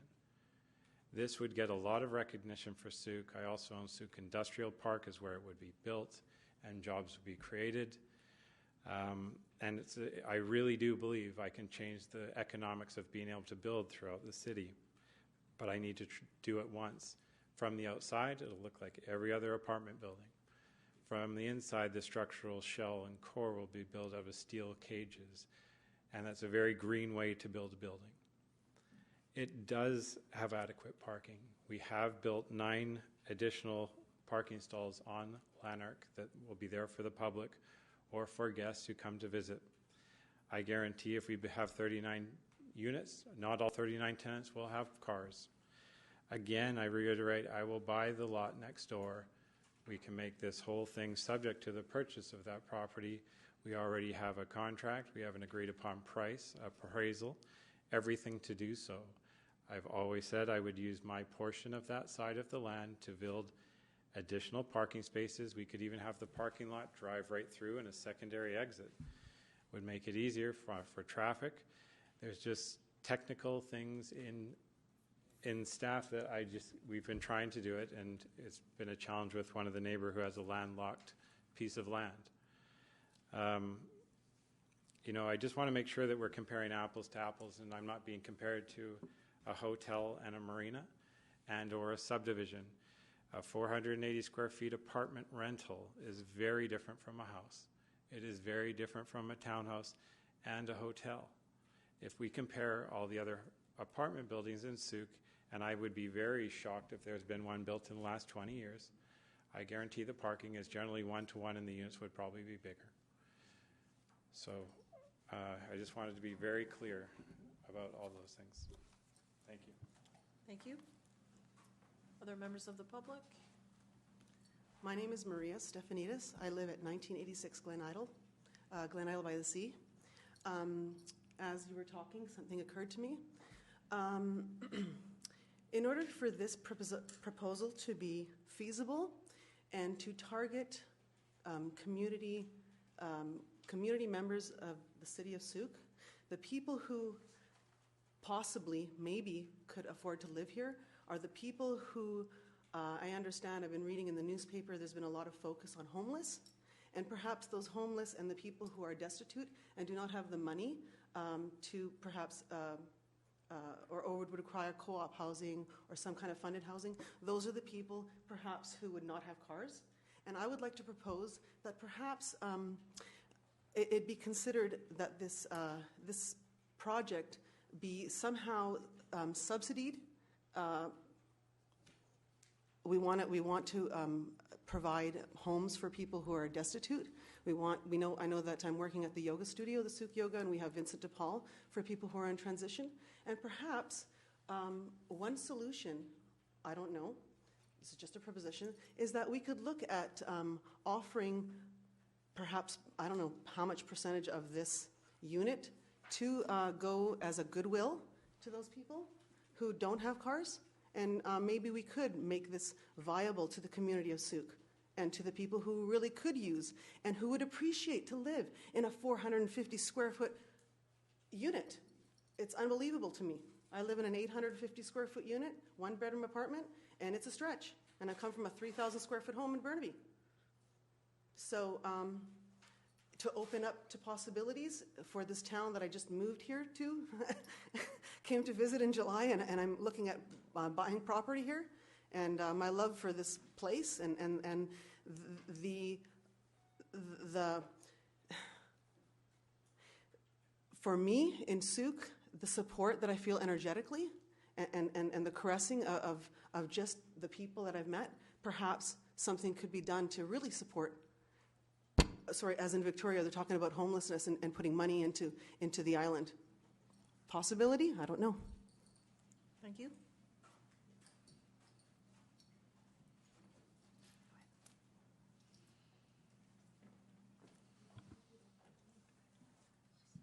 Good evening. My name is Merv Cross. I live on 2023 Dover Street, and I'd like to say a few words to you, the Mayor Council.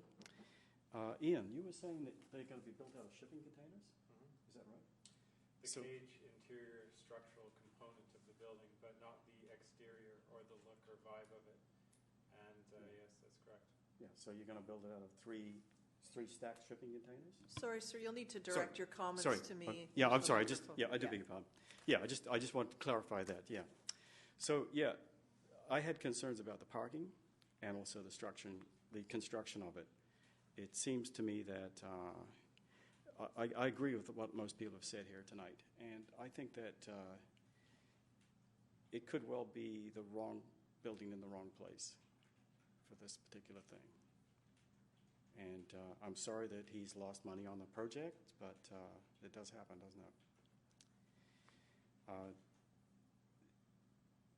There's always been issues with that particular area because of its uniqueness. And we've seen so many things coming and going in that place. You know, it's unbelievable.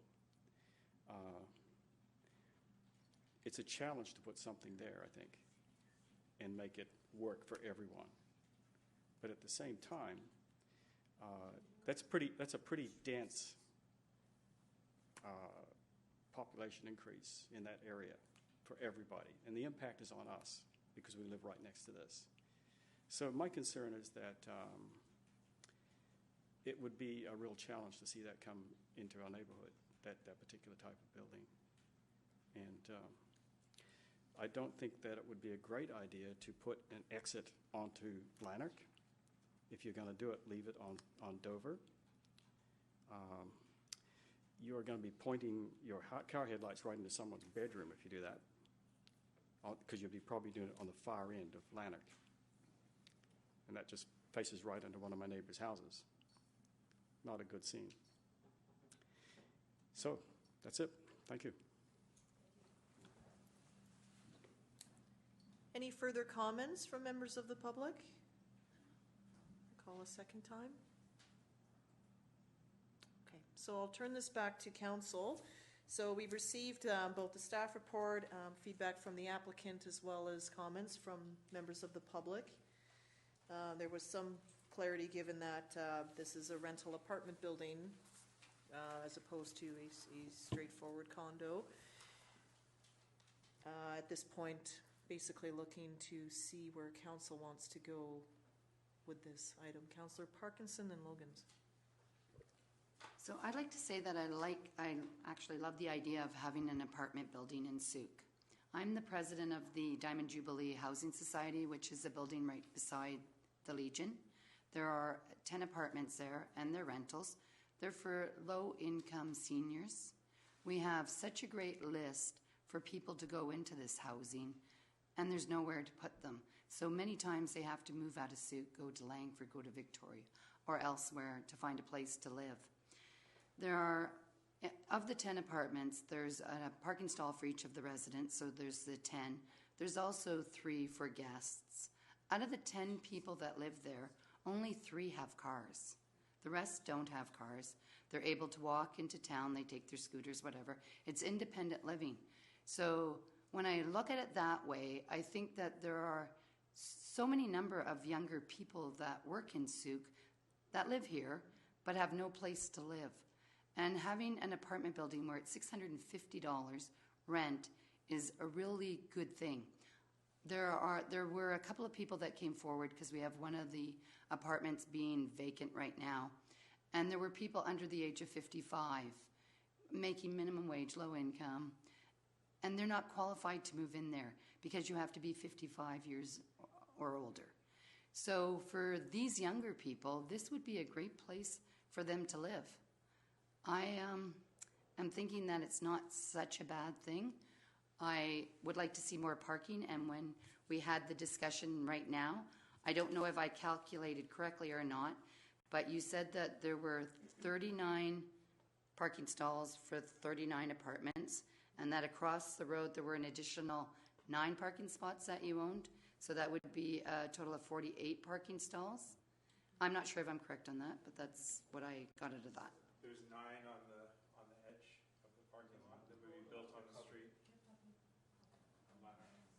that would be for the neighborhood, not necessarily the building. Yeah, those would be designated for public parking. Okay. So that would take care of visitors coming as well, to the people that were living in this apartment. And also, if you were to purchase the other property and get more parking, then that would work really well for me. Thank you. Councillor Logans? Thanks. This is a tough one. I like it. I think that it's the right building in the wrong decade, but I feel like there's a bit of a compromise here. I think that your comments, the developer's comments, about parking, made a lot of sense to me, and I understand that vision now. I'm still unsure about who will be living there, and I think that's one of the problems that hopefully we can weed out. Again, I think that the idea itself is visionary and for this community. I don't want to tick off the 30 residents around it with bringing in 30 residents. It just doesn't balance for me. So it would be really great if we can come up with some sort of compromise so that the developer can meet his needs and break even on this project, and bring an apartment building that is a positive thing to the Sooke region. I just hope we can dig a little bit deeper with what we've heard today, and find some sort of compromise, because it sounds like to me, although there is some negativity around the parking spaces, it sounds like the people here are also, they're not against the apartment building itself so much as the concern for additional traffic and how many units might be there and how many people will be brought to that area. So hopefully we can come up with a bit of a compromise. Councillor Ray? Thank you. And I'd just like to thank everybody for coming out this evening and providing your concerns, and as well to the developer. I agree with both Councillor Parkinson and Councillor Logans, but I'm prepared to take it one step further and say I do support the development. And the reason being is I think there is a crisis in Sooke for affordable housing, particularly for our young adults. I've lived in many apartment buildings in my younger days because that was all I could afford. And I would say in every apartment building, no matter whether it was in Burnaby or in Prince George, parking was never an issue. There was always empty parking stalls because most of us were poor students that couldn't afford vehicles. So I too agree that I don't think parking will be an issue.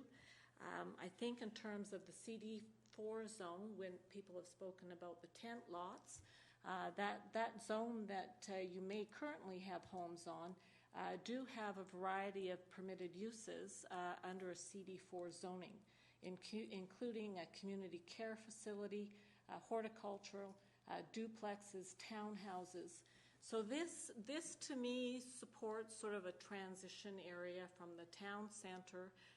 We've got commercial there, we've got light industrial there, and so it's a bit of a transition area. And down the road, people currently living on those tent lots, they are zoned for other things. So trying to take that all into account, I support this.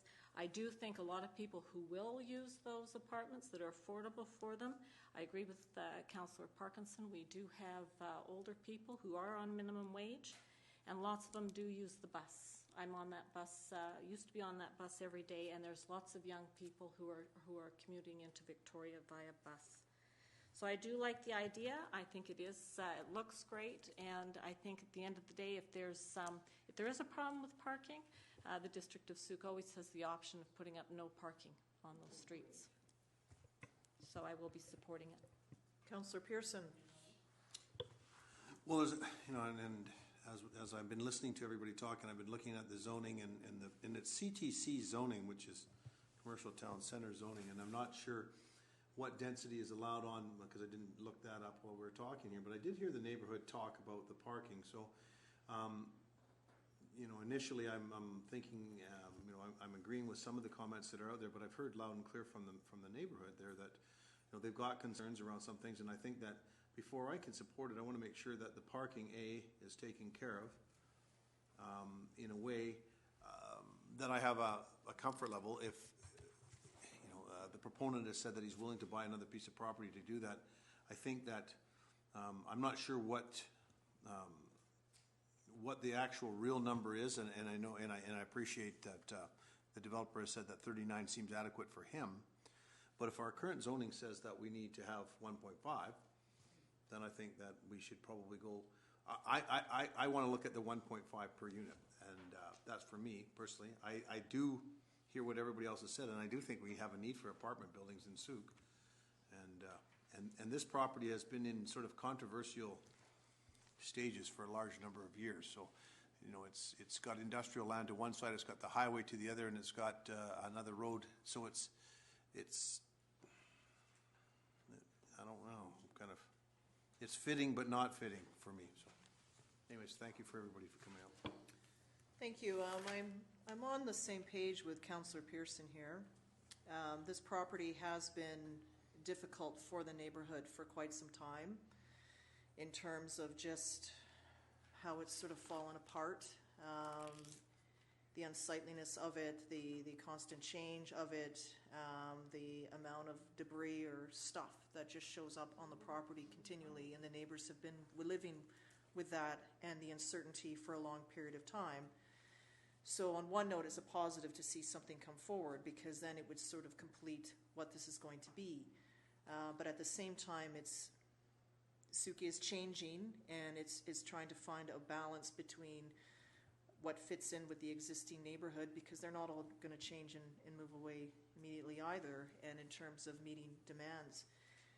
What I'm hearing from members of the public, and I've read in here, has been both the parking and the density, the number of units that have gone into the space and how it fits.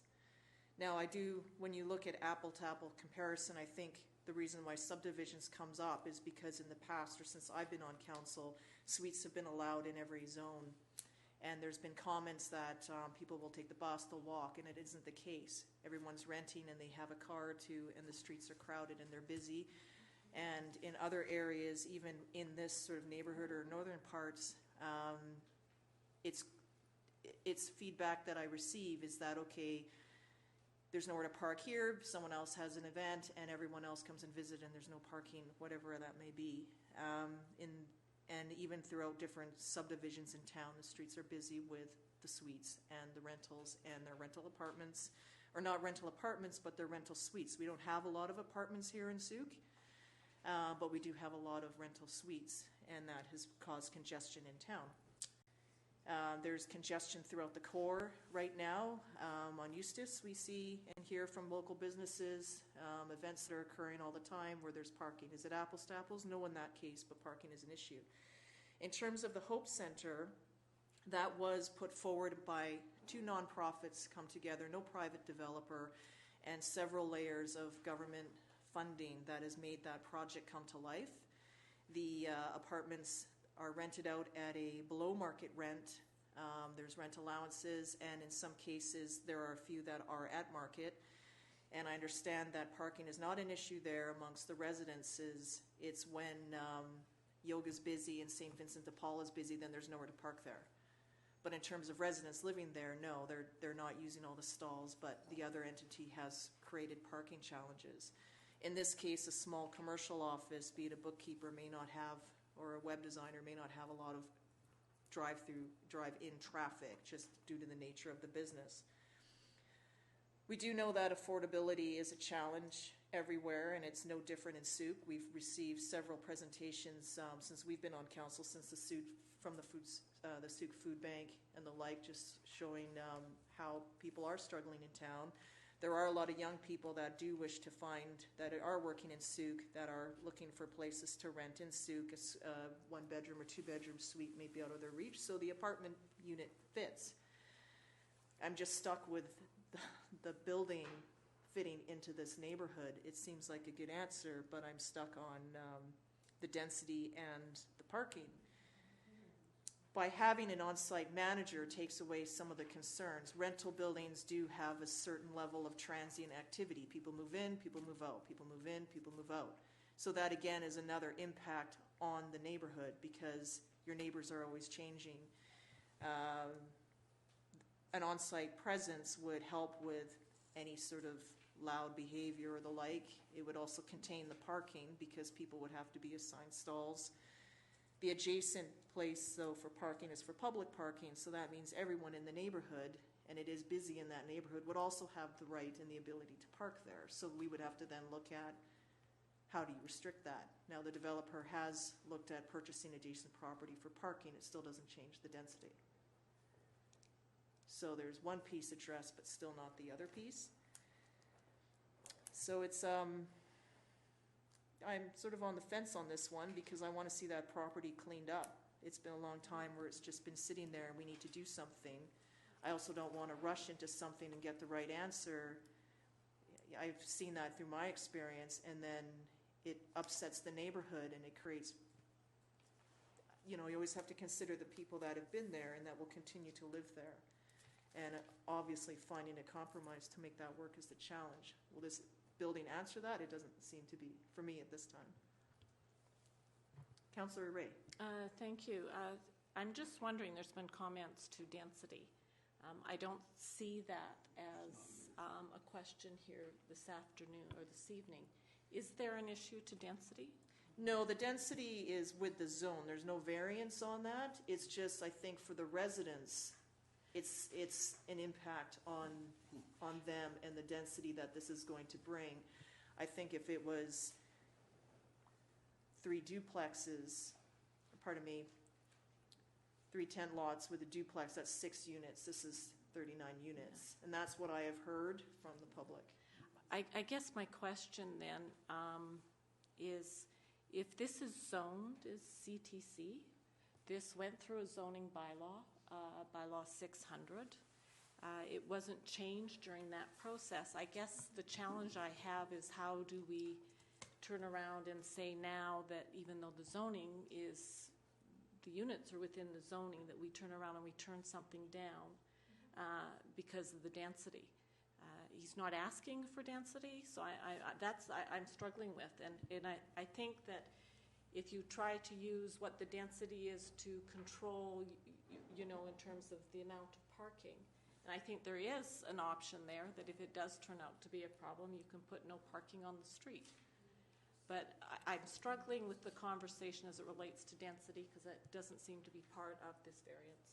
No, and I agree. It isn't a part of that, and I think it's just, this is what's come forward, and it's feedback from the residents. The developer has scaled the project down from the 4 stories to the 3, so I don't know if that's changed the number of units or not, because you can have 39 bachelor suites on 3 floors. You could have, you know, 22 bedrooms on.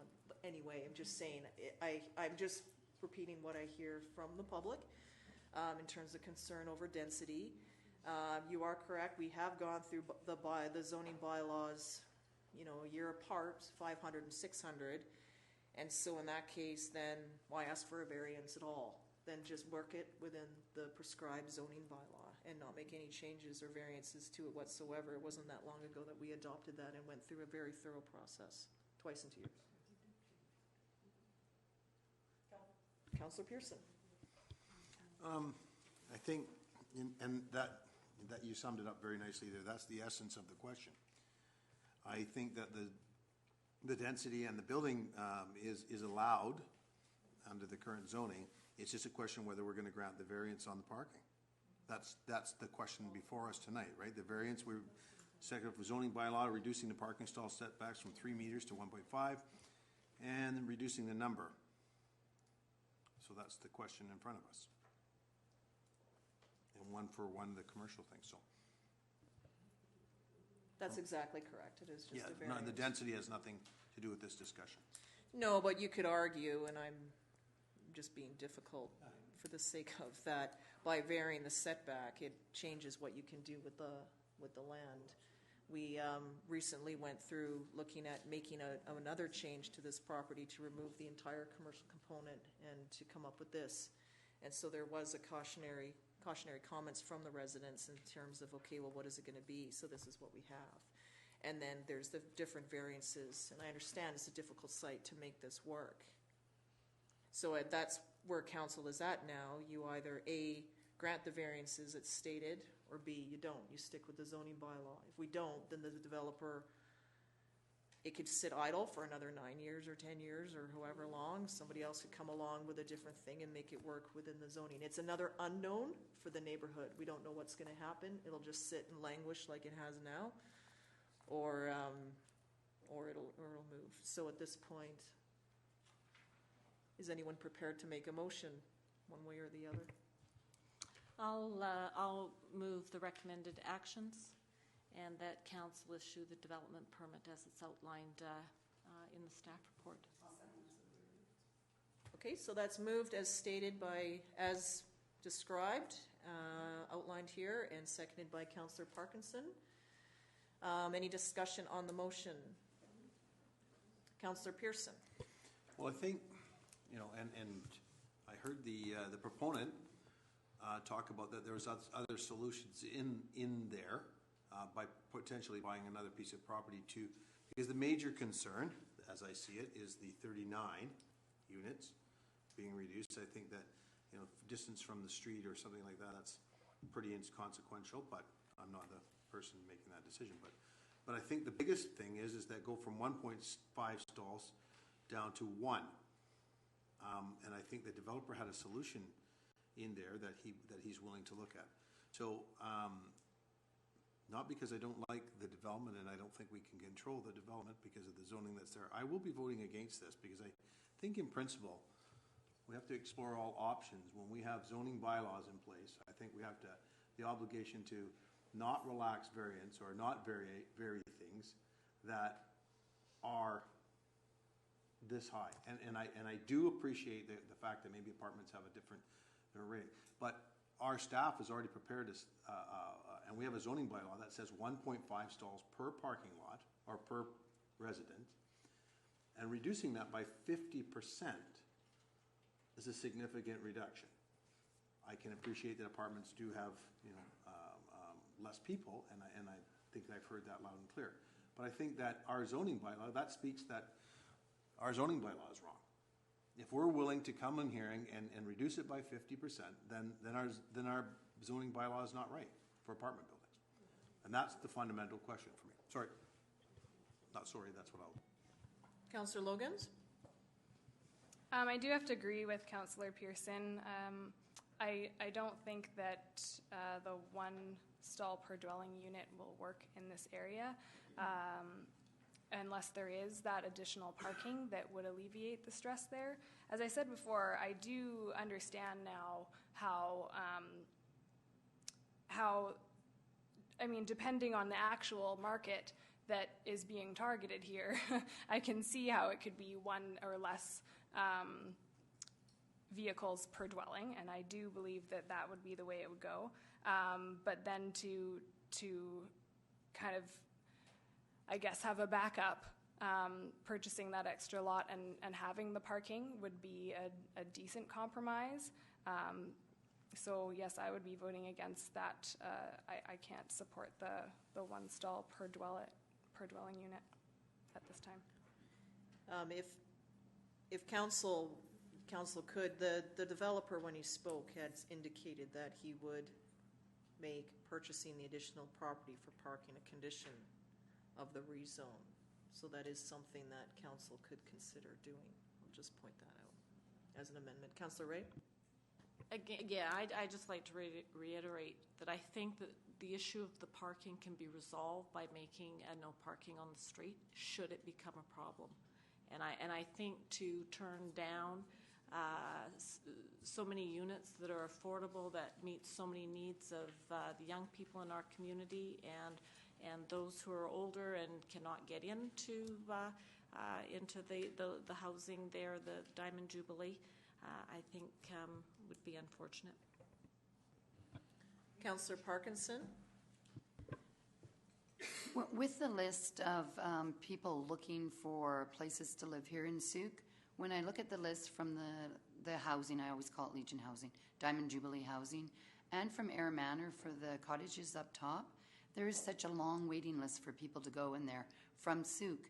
And it's time for us to build something for the people of Souk so that they can stay here and not have to move away. And I think that that it is a good idea to have this in our town. I truly believe it. We just had a meeting on Saturday and we're discussing the issue of who's going to be moving into one of the places that is now open. And the list was long. And it's not because, and it's because they're low-income people. It's not because they're not working or they're bad people or anything. They just can't afford to buy a house or they can't afford to buy a condo. Renting is a great option at that kind of cost at $650. It's awesome. $650 to $850. Anyway, Councillor Logans? Thanks. I definitely agree with both Councillor Ray and Pearson, or sorry, and Parkinson. I always do that with these ones. My P's get mixed up. But I do agree that it is a great opportunity for housing for those who aren't able to afford the $1,200 a month units in Sun River. I think that to move this forward, if we could add in to that motion that the additional land be purchased and used for parking. I don't think that a no parking sign on the street is the way to do it, judging by the comments in the crowd. It's quite possible that the folks here use those parking areas on the street as well, so it would only make the problem worse, but perhaps adding that additional parking might not only provide in case the apartment dwellers have additional guests or vehicles, but also for the people in the community who might have visitors. The other point to consider with that, and I'm going to ask Councillor Logans if you're going to make that motion, is that with a building like this, there are still people required to service it. There's an elevator, which means an elevator contractor needs to come out. Somebody locks their keys out, a locksmith has to drive out. Any sort of mechanical equipment, a roof repair, some sort of thing, I mean, anything happens with a building that it needs to be repaired. So there may be empty stalls available, there may not. You could have several contractors coming because somebody overloaded the elevator at a busy month-end move-out time, requiring people in and out while people are moving. So you do, there are others that may not live there or visit there that would still need to frequent the building simply to service it. So given your comments, Councillor Logans, would you like to make an amendment to the motion? Yes, I would, if that's possible. And that is to purchase, that the applicant purchase the adjacent property for parking as a condition of rezone. Excuse me, Your Worship, I just wanted to clarify that this is not a rezoning. Pardon me, you're correct. I take out rezone as part of this application. Thank you. Would someone like to second that amendment? Can I speak to it? Not until it's seconded. Okay, I just. Okay, well, actually, I'll second it so I can speak to it. Okay, so Councillor Ray has seconded the motion. Okay. Go ahead. I think to address Councillor Logan's concern about residents not being able to park there, it's well used all over many communities where it's residential parking and they have a permit.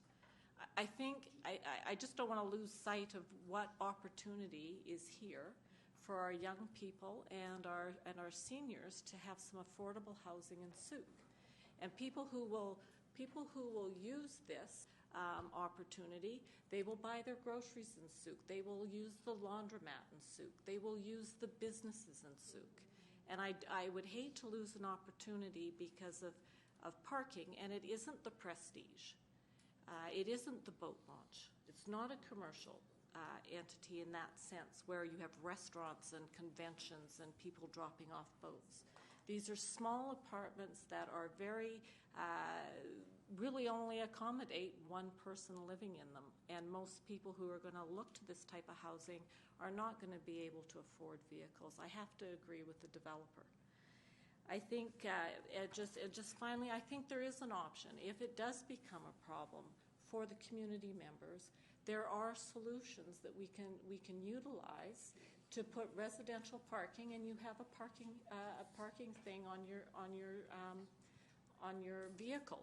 And if it's a problem, we have a bylaw officer who come and get the vehicles towed. I just don't see that it should be a detractant to getting this building built. Thank you, Councillor Ray. Councillor Pearson? Well, I think we're losing sight of where we're going here, but I'm not happy with a 50% reduction in the number of parking stalls for the department, because that says to us that our bylaw is incorrect. If we could come somewhere between 50% and 1 for each unit, I would be happy with that. But I want to caution all councillors, and not caution, I guess I'm not allowed to do that, is that you don't have to go very far in this town to hear about the parking issues, and it doesn't mean that you go down to the bottom of Billings Spit and try to go down to the beach down there. You go to the Prestige Hotel, and residents tell me constantly that they're angry over parking. So I think it's incumbent upon us as a council to plan the best parking. This is an exciting project. I think the project is good. I think it has merit. I'm not sure about any of the. I support all the comments.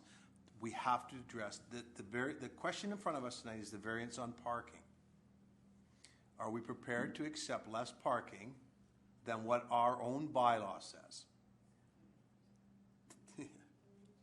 Good comment, Councillor Parkinson. That's the question in front of us. Mm-hmm. We hear, I won't say speak for everybody else, I constantly hear parking is an issue and you have to do something about it up front. I think this is our opportunity, and I think this is our window to say, okay, we go back to the developer and say, is there compromise between 1 and 1.5? That's what I would like to say. But if our bylaw is incorrect, we should not be adjusting in a variance for parking.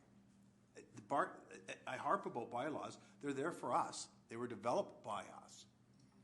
We're the people who said that 1.5 parking stalls per unit is what we want. Maybe the wrong number, but it's our bylaw. And we can't just come back here and willy-nilly change bylaws, because this, if he could fit the 1.5 on the property, he has the right to build the building. So it's a question of the parking gate. So fundamentally, we have to look at our bylaw. Anyways, that's it for me. Thank you, Councillor Logans. Thank you, Councillor Pearson. Excellent way to put it. And I do agree. It is kind of silly for us to be changing that. And I can't sit well, as you know, with the 1 stall per unit. And thinking about what you're saying with parking issues in the town, there are many of them. I'm sure, anyway, I won't go down that road. But I'm just thinking that if we have this additional lot with the motion that I put forward, then it's going to be used as a park and ride. So I'll probably be happy to rescind my motion if that's okay. Well, I'll call the question on it. Mr. Dillabaugh? If I may, Your Worship, I caution on that motion, just in terms of what we're dealing with today. That really doesn't address the motion and what we're looking at for the variance. What I would recommend is to look at and vote, because this is a live motion, vote on what is on this motion, and then if the direction of council is to have staff go back and work with the developer on something, then we can go from there. But to add the purchase of that property, that really doesn't address, we don't know whether that addresses anything here or not. So Okay. That really isn't, for lack of a better term, a valid amendment to this recommendation and this motion that's on the table. So I just wanted to point that out. So just in terms of Ms. Sprinkling, there was the amended, so can it just be removed by the mover and the seconder, or should I call the question? You can remove it. You can withdraw it. So at this point. Yeah. Okay, and the seconder is okay with that? Councillor Ray? Yeah, okay, so we're back. It's removed and it's back to the main motion. Thank you, Mr. Dillabaugh. And Councillor Parkinson, and then Pearson. I know that we've always said that there's a lot of problems with our parking in this town, and I agree 100% with that. But there's also a real need for affordable housing in this town. So to weigh the difference for me between the parking stalls and having affordable housing for people, I'm going with the affordable housing. Councillor Pearson? Okay. I'm not sure if we've voted on the original motion yet We or have not. not, no. Okay, we're not. So, I don't know if I can make a motion here. I'd like to make a motion that we direct staff. We have a live okay. one, we do have one fully on the floor. Right. So we need to address that motion. Okay. And then depending on that outcome, a different motion could be made unless you have something that's friendly that the mover would support. Okay. I would move that we continue to work with the developer to come up with a parking solution that's different than this variance. Is that friendly? I don't know. Councillor Ray? I don't believe it is. It's so not you'll going to be friendly. No, I can it's tell. not friendly. It's so not friendly on my part. It's not going to fit. We need to address the main motion. Correct. My last comment on this, and then I'll go to Councillor Ray, is that in terms of, we've heard that it's a privately led development that will attract market rent. And at the moment, looking between $650 and $850 for rent, to $800 for rent. Depending on the time and what other things are happening, that may or may not be market rent. Market rent could be $800 and up. There is no provision that the rent remains affordable in this building. It's well located with an ocean view, close to the core. So I'm just saying that when we talk about affordable housing, and I've sat through many affordable housing sessions, I often think of affordable to who? And is that affordable to the developer to build? Affordable for the person to rent? And sitting at the CRD board, seeing different things come forward, well, this is affordable and it's a $900 suite. It's not affordable. When you look at what people on a fixed income can afford and what the 30% threshold is and what is actually affordable, drops it more down into the St. Vincent site of market of rents being around the 400 to 500 mark on a fixed income. That is what affordable is. So even $650 is market rent. And rent increases are permitted by the province. There is a cap prescribed. They go through, and the subsidies don't necessarily match. And two, maybe you get, you're short, your rent's going up a certain amount, you get 10-day notice, you have to come up with that, or you're out. And it depends on the landlord whether they're going to wait and work it out or not. So I'm just saying, it's not an affordable housing project. This is a market-driven project. Councillor Ray, and then Pearson, and then I'd like to call the question. Actually, I was going to call the question. Okay, so I'll call the question on the motion as stated per the staff recommendation on page 15. All those in favor? Opposed? I'd like my motion recorded, please. Okay. I'll take mine recorded, Councillor Pearson and Councillor Logan's. Okay, we're all recording our votes, so however that works out.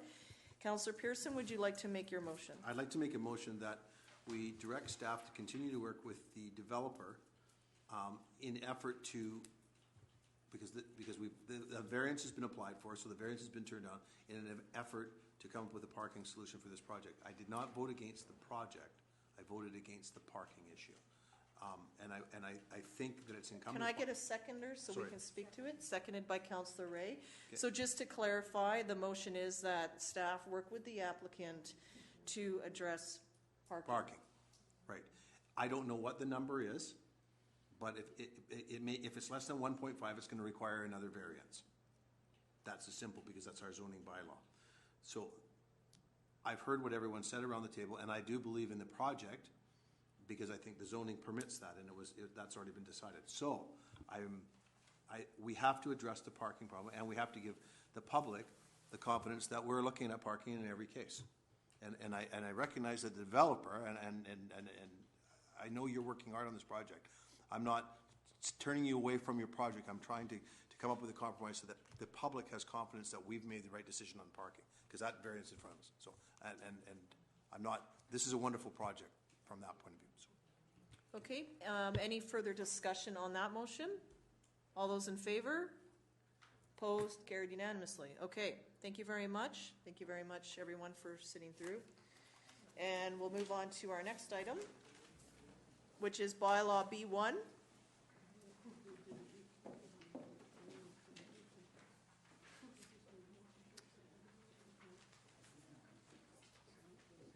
Okay, and this is bylaw number 621, permissive tax exemption for public parks and recreation grounds, not-for-profit corporations and public authorities amendment bylaw 338-4. And the recommendation is that council adopt bylaw number 621 as stated. Moved by Councillor Parkinson, seconded by Councillor Pearson. Any further discussion on the motion? I just have one question. Mr. Dillabaugh, Councillor Casper just had a question about the partial year with the Salvation Army use as a tenant. And I'm just wondering what the outcome of that was. I don't see them noted in here. Through you, Your Worship. So the exemption is for the entire year, and BC Assessment is, as the assessing body sets the assessed value on the property, there is no means to go back and change that halfway through the year for a permissive exemption. Okay. What Councillor Casper, I believe, was referring to is if an assessment changes, we can send out a revised notice. If the assessment increases through appeal, we would send out a revised notice. And it actually works the opposite as well. More likely and more often that somebody appeals and it decreases and then we end up issuing a refund. So that's from that perspective, but from the perspective of an exemption, that exemption is for the entire year and there is nothing that we can do to change that exemption. Going forward, this bylaw removes that, Yeah. so next year they will not have that exemption. Okay, thank you very much for clarification. I'll call the question on adoption. All those in favor? Opposed? Motion is carried unanimously. Thank you. Okay, RA1, 7,000 Melrick Place, zoning bylaw reversal and termination of phase development agreement. So, or pardon me. No, that's correct. Okay.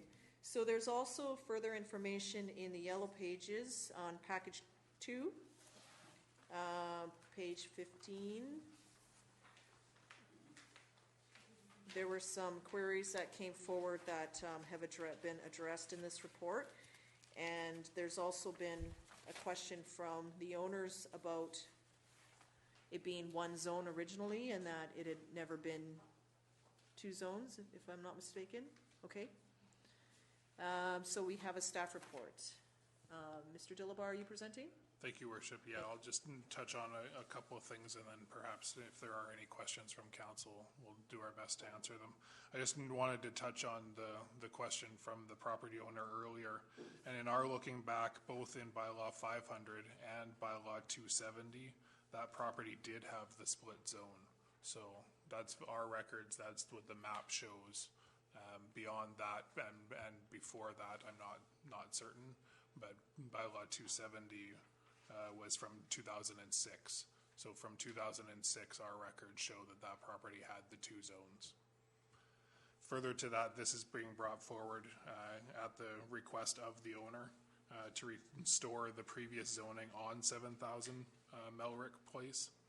And it involves amending and changing the zoning on the property, as well as the repeal of the phase development agreement on that property, and would also include the removal of that property from the SUPCOR sewer specified area in addition to that.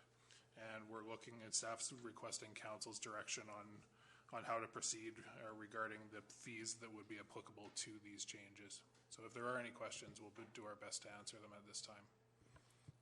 Questions from members of council? Councillor Pearson? Yeah, I'll go first. So, as I understand it, the development that this was tied into is now been severed, and we've seen applicants who are not wanting this piece of their phase development included in the other property owners, right? Is that correct? That's my understanding, yes. Yeah, well, they've been in front of council. So what the owner, and just so I clearly understand, is that the owner is just requesting that his property be restored to the way it was prior to it being part of the phased development? Again, yes, that's my understanding. Okay, so just basically it's going back the way it was, and covenants are removed and the development agreement is removed. The only question I have is this sewer specified area. It was originally excluded from sewer specified area? Yes, it was. And then it was added. As part of the phase development? As part of the phase development. Okay. I don't remember exactly when. 2010. Okay. So, through the chair to you, Mr. DeBow, so what is the procedure? Because it sounds like it's, the owner wants to make sure that his property's unencumbered and is back to the way it was. So what's the procedure that we're being asked for tonight?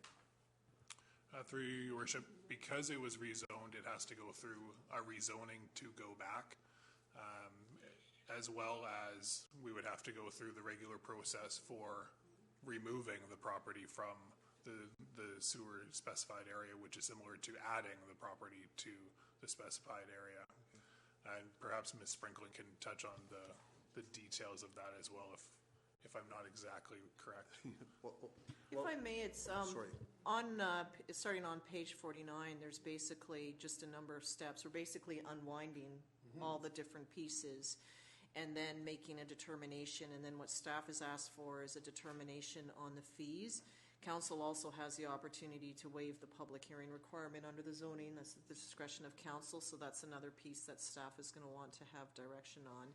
And then it basically just unwinds it. There would be staff then would prepare the bylaw to remove it. There's no fee for that. And then there's the different pieces. So it's about $2,000, $3,200, $3,550, if my math is correct on this. Staff time to do the necessary reports, and then they would all come forward, and that would basically be it. So we're unwinding what has been done. And then that's sort of, there were some additional questions, but it's basically as stated here. And then the remaining piece of the recommendation is for council to provide that direction. A, on waiving the public hearing requirement, yes or no, and the fees. Councillor Pearson. Well, this must happen elsewhere in the Local Government Act or the Community Charter, where a big developer ties up properties and gets the zoning on them, and then it falls apart. It must have happened somewhere else in history. Is there not a process or a procedure to just go to, to me, it seems like we should just restore it. The district's borne some costs, obviously, for putting it in there, but that wasn't borne to the property owners. It seems like we should be protecting the property owner here. I have that notion that the original property owner, they're not asking for it to be developed, they're asking it for it to just be excluded from that development. So to me, it just feels counterintuitive to sort of making application to have something taken off your property, to protect them, so. Councillor Parkinson? So now we no longer have to follow our rules and regulations? My question is that I have no problems restoring it back to what it was originally, but I'd like to know at what cost the district has to pay, because that will be taxpayers' money that has to be spent. So I know that for the public hearing, that's not a problem. There would be no costs incurred for that one. But if we have to go to the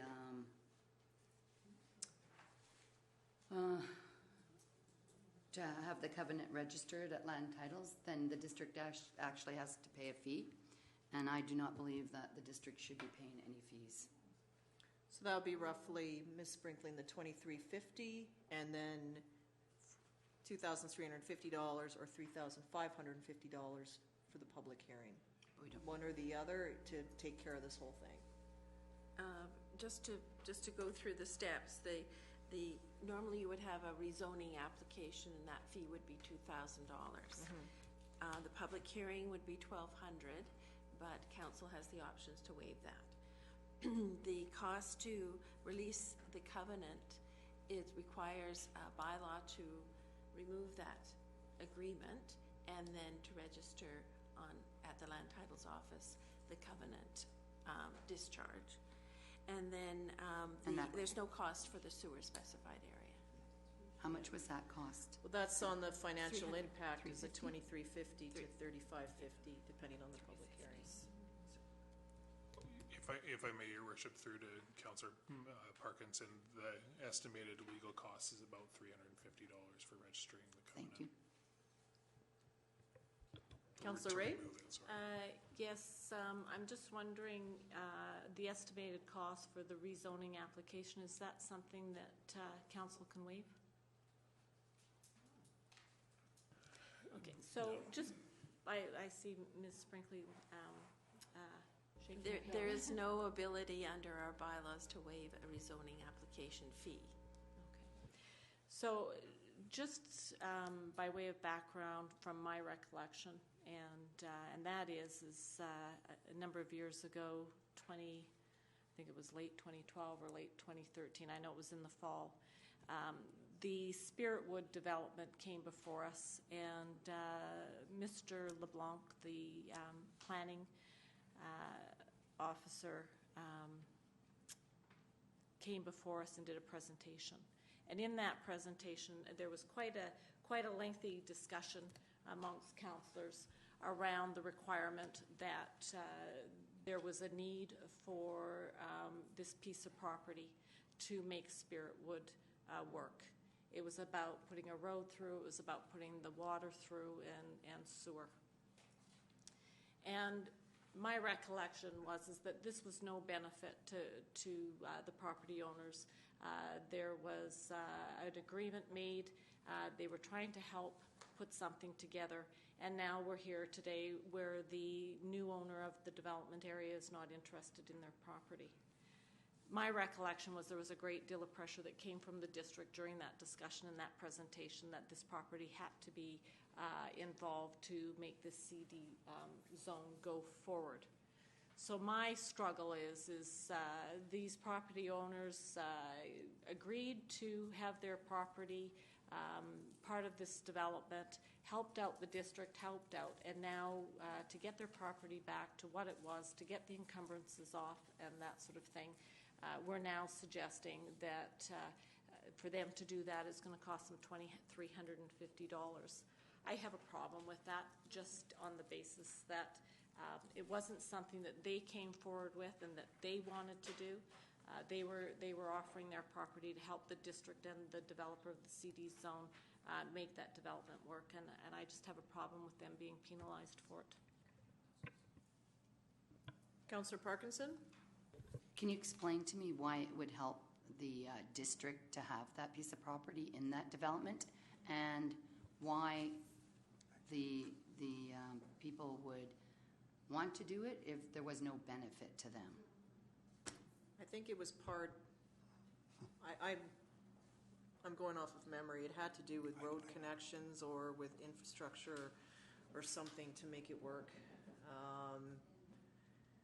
And then there may have been an agreement between that developer and these owners at that time that has since fallen through.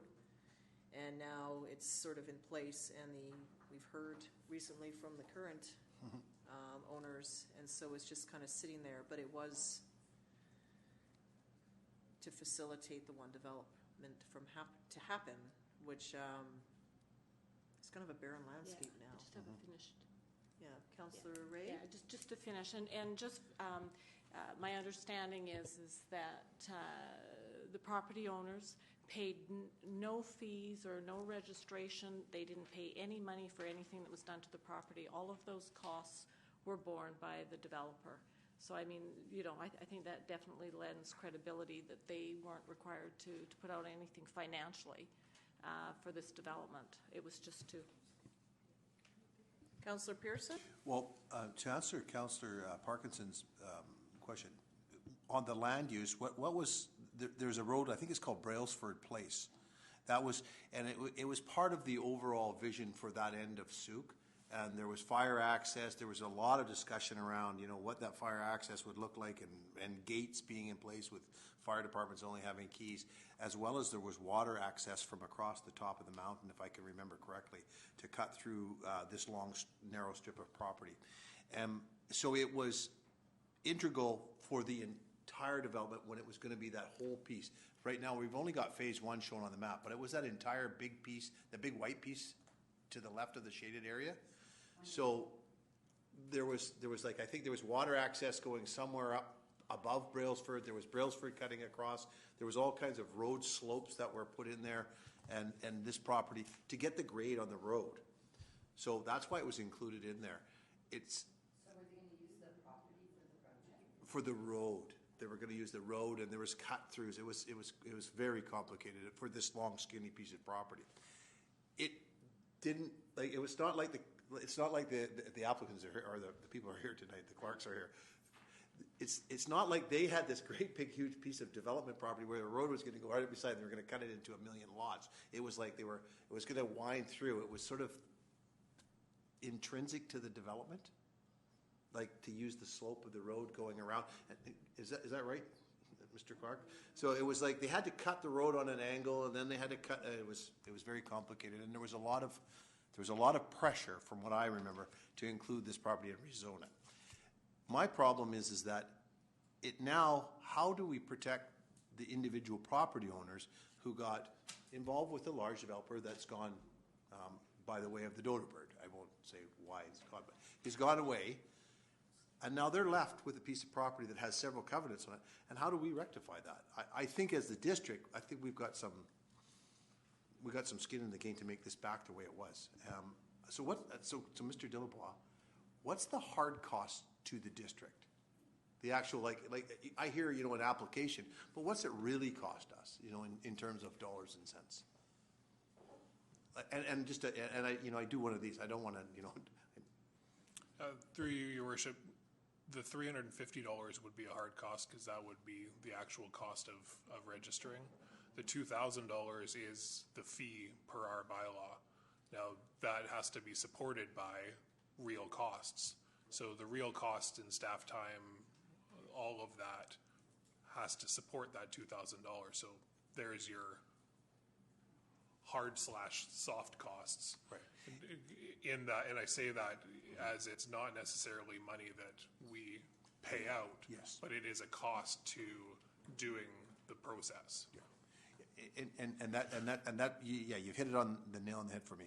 We have staff who are working anyways, and it's incremental work, and it is part of it, so there is a cost. But the actual dollars we have to pay out is $350 in legal fees. Okay. Okay, so just in regards to this, I have no problem unwinding this and even addressing the fees in the public hearing. In terms of protecting private landowners, it's not something the district can do. It's up to individual landowners to protect themselves and to either obtain legal counsel or whatever. I mean, real estate is risky as it is. And so it's sort of a case for us. It's just, as people strike deals and they don't come through, are we going to unwind every single one because of some promise that unfortunately never happened or materialized? I don't think anyone should feel pressured to do something to aid another party. So you're either in or you're out. And it's unfortunate that people feel that way, that in order for Spiritwood, because Spiritwood is a large piece of property, and really if they couldn't make it work with this, then that's their problem. They acquired the land, and obviously it didn't work out for them. And so now whoever owns it now needs to take that risk and needs to make that access, make all things happen without pushing a neighboring property unless both parties are willing. If both parties are willing and enter into an agreement, then that's fine. They're protected. In this case, it seemed to me agreements were said, but nothing ever followed through upon, and then that's where people walk away, and we're all stuck here trying to piece together what happened back in the day. It's an unfortunate situation. So would someone like to move the recommendation? And in terms of the fees, they do need to be paid per our bylaw. I guess they could be filled off of council contingency. The legal fees, $350, are not astronomical. I think they can be absorbed, and then it'll just be, so just looking to see what others think. Councillor Ray? Quick question. Just in terms of the order of these items, is number 3 and number 4 dependent on number 1 and number 2 occurring? Or number 1 occurring? Like, can we take the phased development agreement and repeal that and prepare a bylaw to remove the property from the Suit Core Service specified area without having to, the property owners, without them having to do the rezone right away? I thought the owners would like to have the property reverted back. So that's the rezone piece. Yeah, no, I understand that, but I'm just asking whether or not number 3 and number 4, whether those could proceed immediately and then let the owners, that's a significant cost. If we're asking them to pay it, I'm just wondering if 3 and 4 can be done right away, or is it contingent on them making an application to rezone? Oh, I see. Mr. Dillabaugh? I don't know off the top of my head. I'm not sure whether someone else from staff is able to help me tonight. Otherwise, we can certainly look into it and proceed based on what the answer to that is. I'm sorry, I don't know.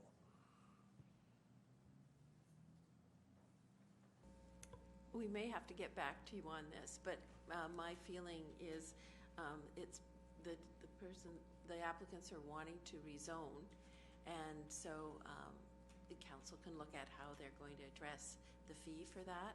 The phased development and the zoning almost go hand in hand, because the phased development says it's subject to that bylaw.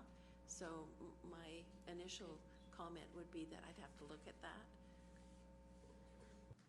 I'd like to know that answer before. Well, I just wonder, like, in terms, I think what I'd like to know from council is, do you want the applicant or the owner to pay the fees or not? So if council says yes, then it's a matter of just going through this and deciding to waive the public hearing. If council says no, we're okay just repealing this, then it's a matter of then how do we address the $2,000 and the $350. So is it the case, I don't know if this is possible, that the owner pays the $2,000, they get reimbursed out of council contingency by some mechanism, and then the legal fees get absorbed? So that's sort of the question here is, does the owner pay the fees or do they not pay the fees? And then that sort of puts the rest, and that's what staff is asking us. They've outlined what needs to be done to unwind this, and they need to know about the fees. That is the direction that we need to give. I'm just wondering, did the applicant speak? The applicant has raised his hand to speak. If council gives unanimous consent, we can invite him to the microphone. All those in favor? Opposed? Mr. Clark? Just to answer, oops. Oh, it's on. Oh, the reason I was there, they wanted the 2 roads to come across to tie into Souk so that you didn't have to go all the way back down to Grant Road again and go up for all these properties. So there was Brailsford and there was Mountain Heights at the top was coming across. That's why the thing is up there. And the 2 zones, until they did that, where the top of that gray area is, that's when the 2 zones went on, because before that there was no line there. That line is where the top of Mountain View was. And like you said, when they came to staff suggested they come and see us. It wasn't us go to see them, because they wanted the water and everything across, because apparently they can't subdivide according to the water board until they get water. And the thing about the cost, there was $2,600 given to Souk to put the sewer line to our property line, which Souk still has. So can that not go towards paying for this $2,000? Because they paid it, but they lost it after the year was up. So the district still has that. Thank you. Answer. Thank you. Mr. Dillabaugh? Through you, Your Worship, that money is to cover and is bonding for the connection of the sewer that we are in fact still holding. If this property was to go through this process and be removed from the sewer specified area, that money would then be eligible to be refunded. If the property owner is amendable, and we could certainly use that to pay for these fees. And then would that fee then go to these property owners or the previous owner of the ones of Spiritwood, current or past? It would be with whomever the agreement was with, and my recollection is that it's actually with the clerks, but I would have to confirm that for sure. Okay. So it sounds like council is looking just for some answers to some queries. An option to consider is to consider the recommendation on outlined and then to ask staff for further clarity about the fees, and we can make a decision about that later.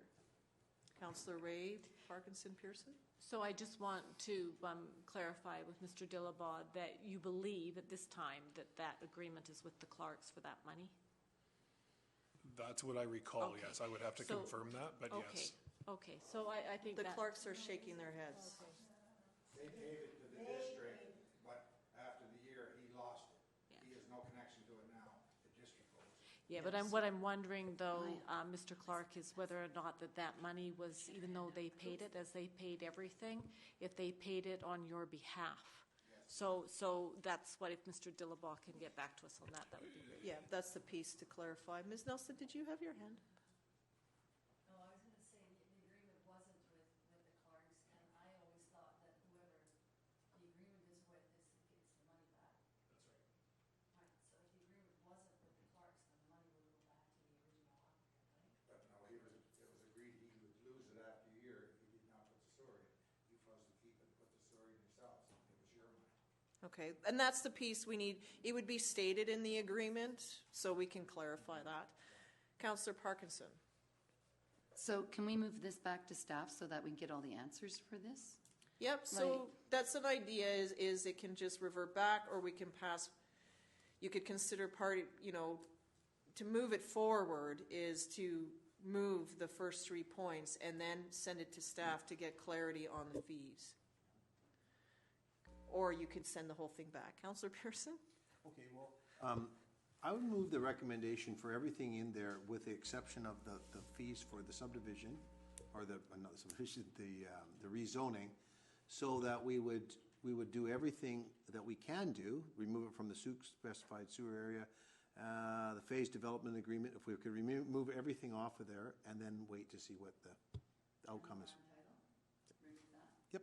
That's all part. Is there a seconder for that? Councillor Ray? I'll second it, but I believe Ms. Sprinkling said it all needed to be done together as part of the bylaw, as one lump. Is that including the part on the fees? Like, can we not wait to get? If I may, I think where you're going with this is you would like to support the applicant's desire to revert back to what it was. So council staff could prepare that document for council approval and provide you with the information about the fees and the works and services funding. Yeah, exactly. Okay. And that was what Councillor Pearson moved? Yes. Correct? Yeah, it's the 3 points as stated, and we'll get the report, clarify the fees, and... In a complete report. No, I didn't hear for clarity, what I heard from Councillor Pearson is the bullets listed 1, 2, and 3, and that we receive information on to address the fees, not to remove the fees. Is that correct, Councillor Pearson? Correct. Okay. And I second it. And that was seconded. Councillor Parkinson. So on number 3, it says the district would then remove the covenant registered to title, estimated legal cost $350.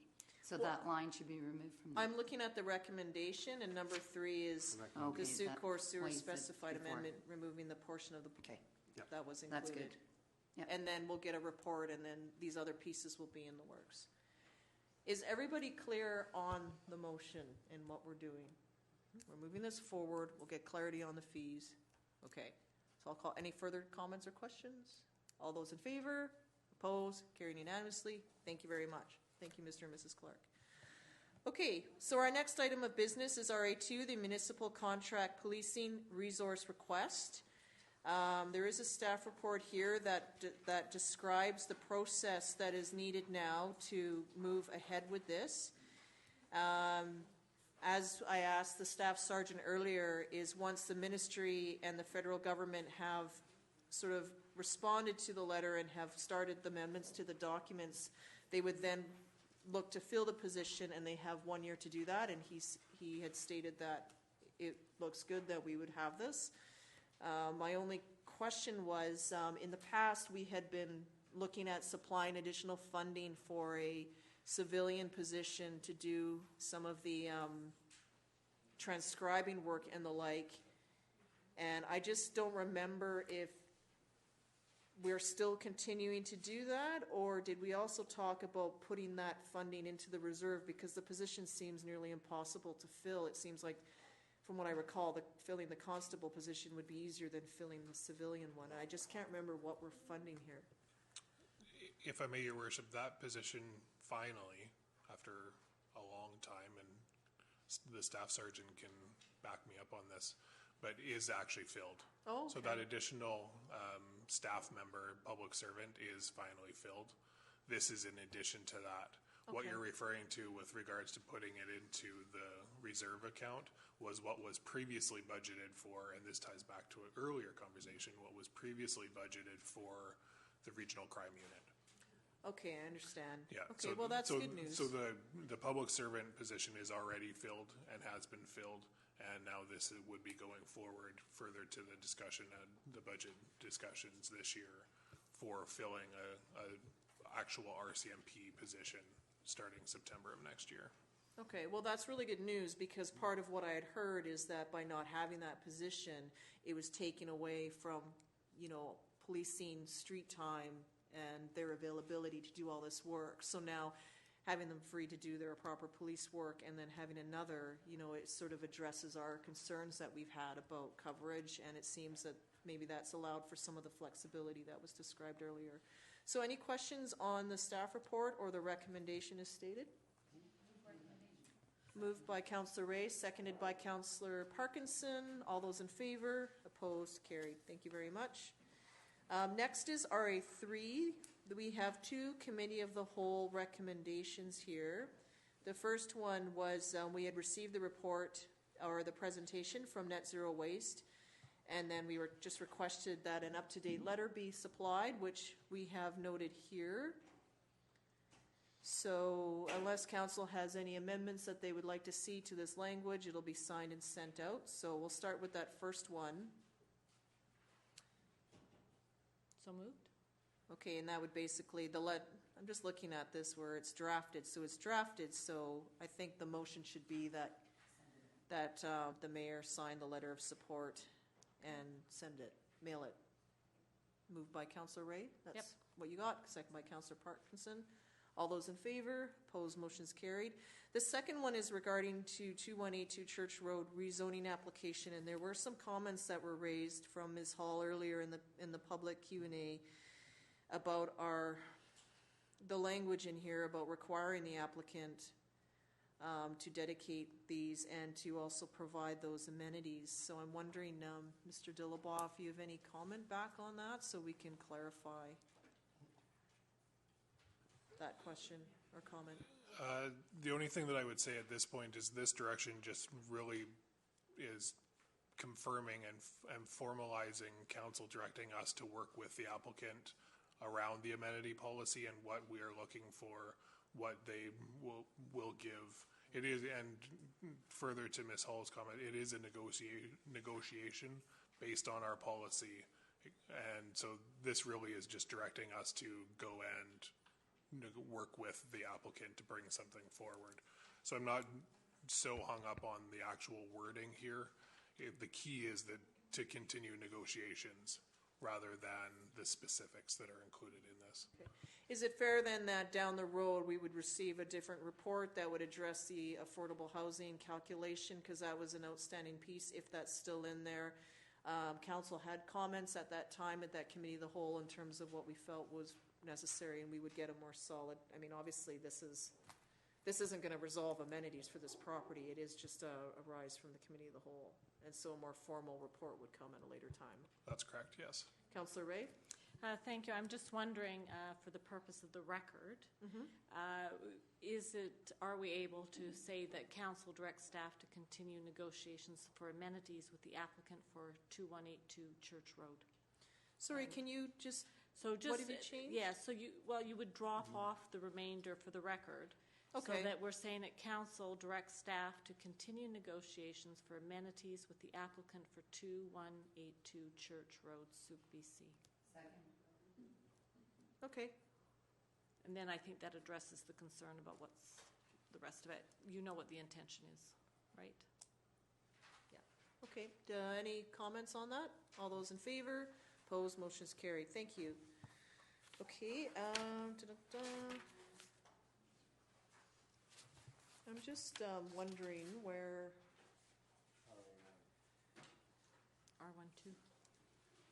we did RA, it's just where new business fits into this agenda. Our next section is the reports for information. It follows after It's right after that. CAO update. So there's RA3 CIO after that? Yeah. Oh, there it is. Okay, pardon me. All right, I didn't see it, so okay. We've dealt with RI1, our CMP quarterly report, or the reports, and we'll receive a quarterly report at a later time. In terms of RA2, Mayor and Council verbal updates, the only piece that I have two things to share is that Council would have received an item, a memo regarding Safe Halloween. We're a month out from Halloween now.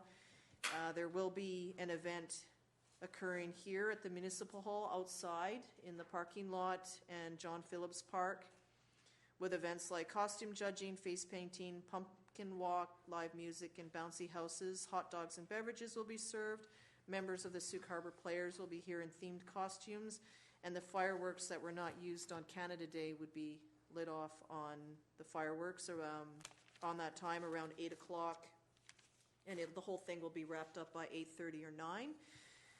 This is being put together by the Fire Department, CPark, Sauk Rotary, Sauk Harbor Players, and a few other public members are also on that committee. So that is rolling ahead for this year, should anyone ask. So thank you very much to everyone who has put that together for Safe Halloween.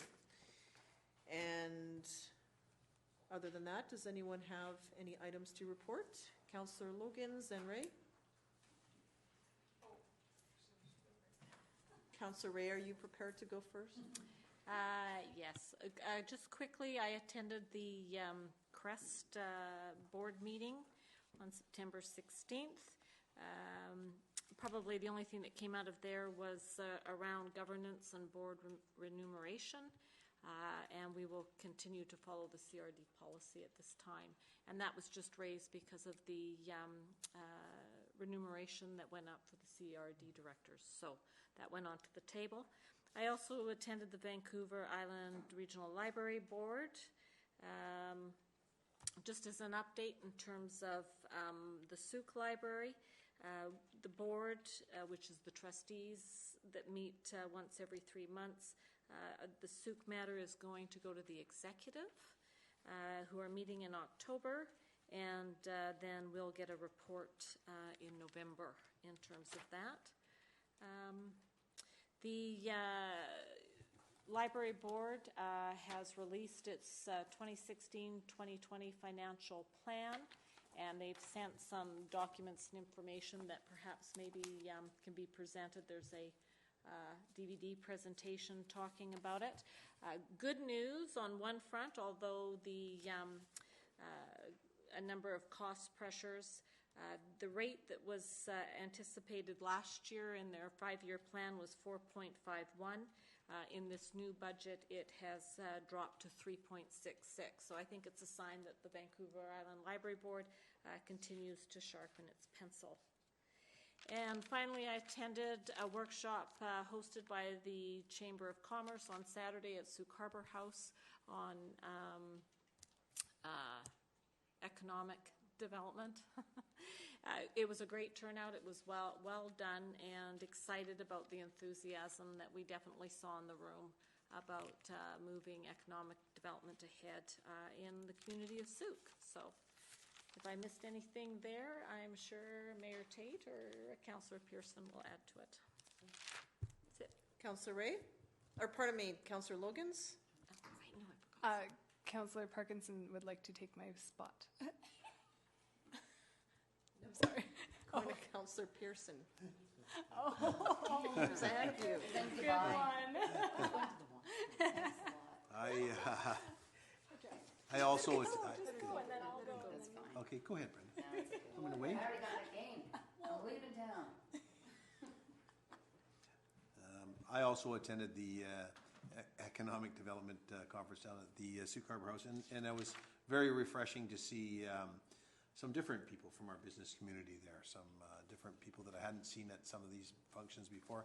Some really cool ideas, and also, you know, to be with the mayor and Councillor Ray and Councillor Casper, and Regional Director Mike Hicks was there as well. So it was some good representation by local government. So it was good. It was an exciting time to be there. Yesterday I went to Apple Festival, and I walked around down there and saw the exciting time down at the Apple Festival. That's it for me. Councillor Logans? I don't know if I have anything to say now. But you could report on our resolution I'm from just kidding. UBCM. Sorry.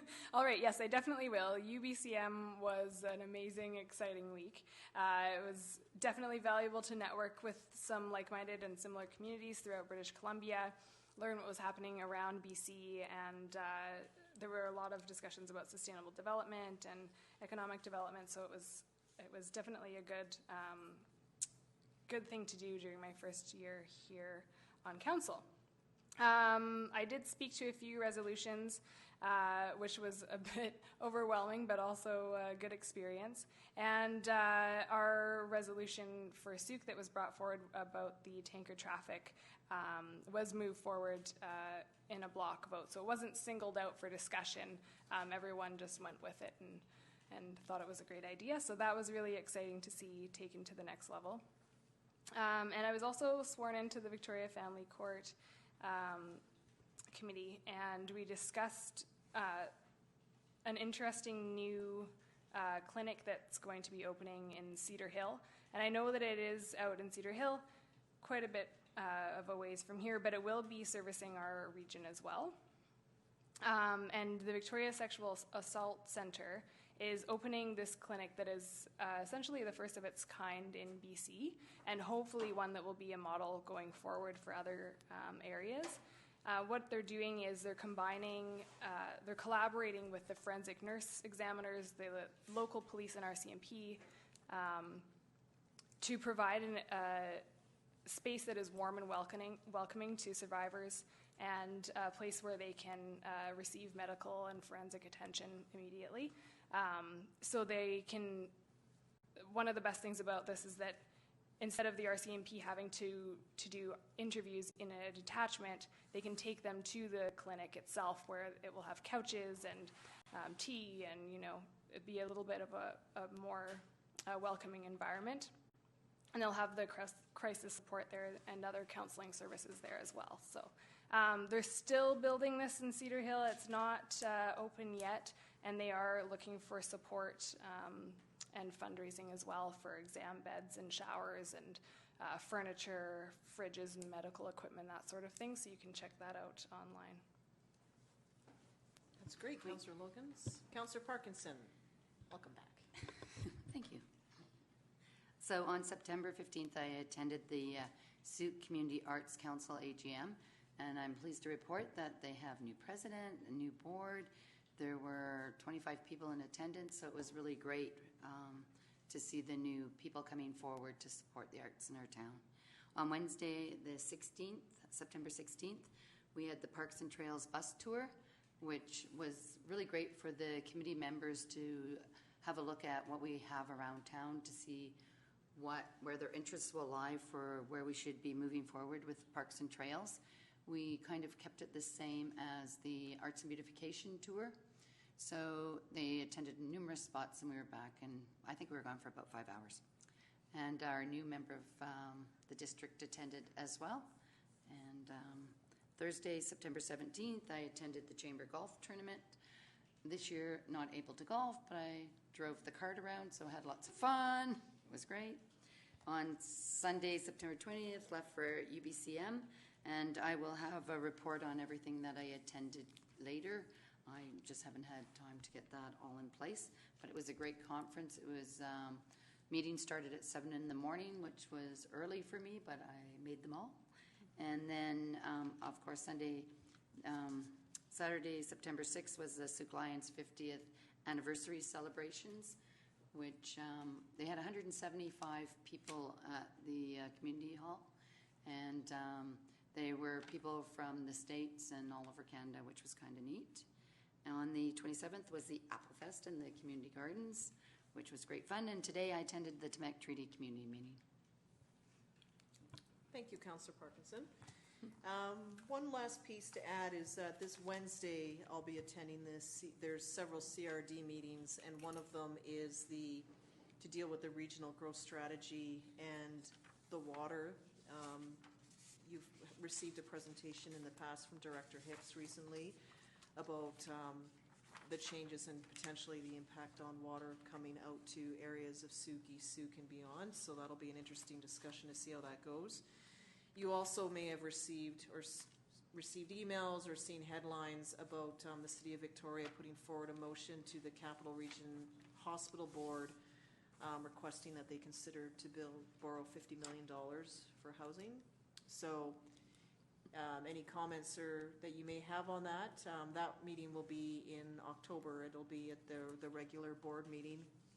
At the same time, through the Primary Health Services Working Committee that I chair, that is part of the Community Health Initiative, I'm also putting forward recommendations to the same board about health-related matters here in Sooke. So I do struggle. I don't know how much borrowing capacity the hospital board has, but for it to go to one project in one area when we still have the Regional Housing Trust Fund Commission, which has been very successful and has seen projects go throughout the entire region, to say that a project like that would end the housing crisis to me is a bit naive, because I think core addiction, mental illness, and just financial hardship is an ongoing situation, and one building, one entity just won't solve it entirely.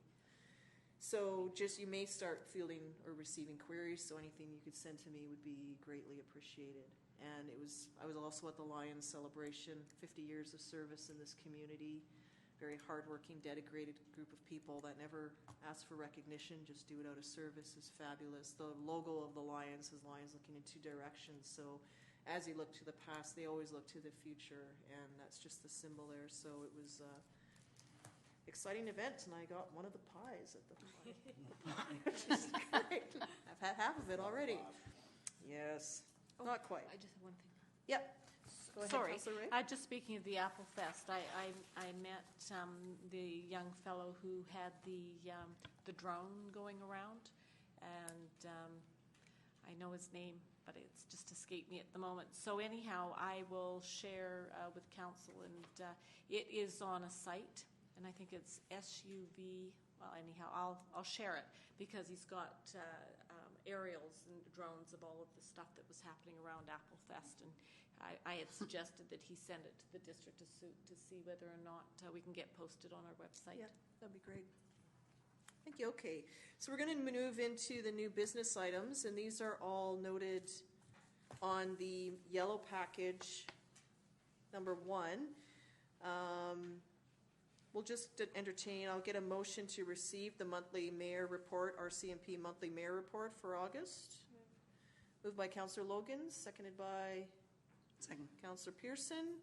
Any further questions on that? All those in favor, opposed, motion's carried. NB1 is the receipt of draft council committee minutes for information on page 5. So moved. Moved by Councillor Parkinson. Seconded by Councillor Ray. All those in favor? Opposed, motion's carried. And then page 9, NB2, is recommendations that come from those minutes.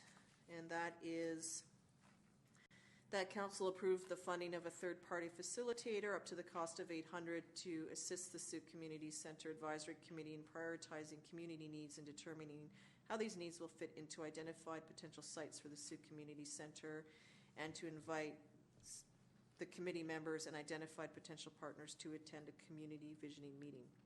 Move recommendation. Moved, and a seconder? Seconded by Councillor Pearson. Any discussion? Councillor Parkinson? Where would the 800 funding come from? Mr. Dillabaugh?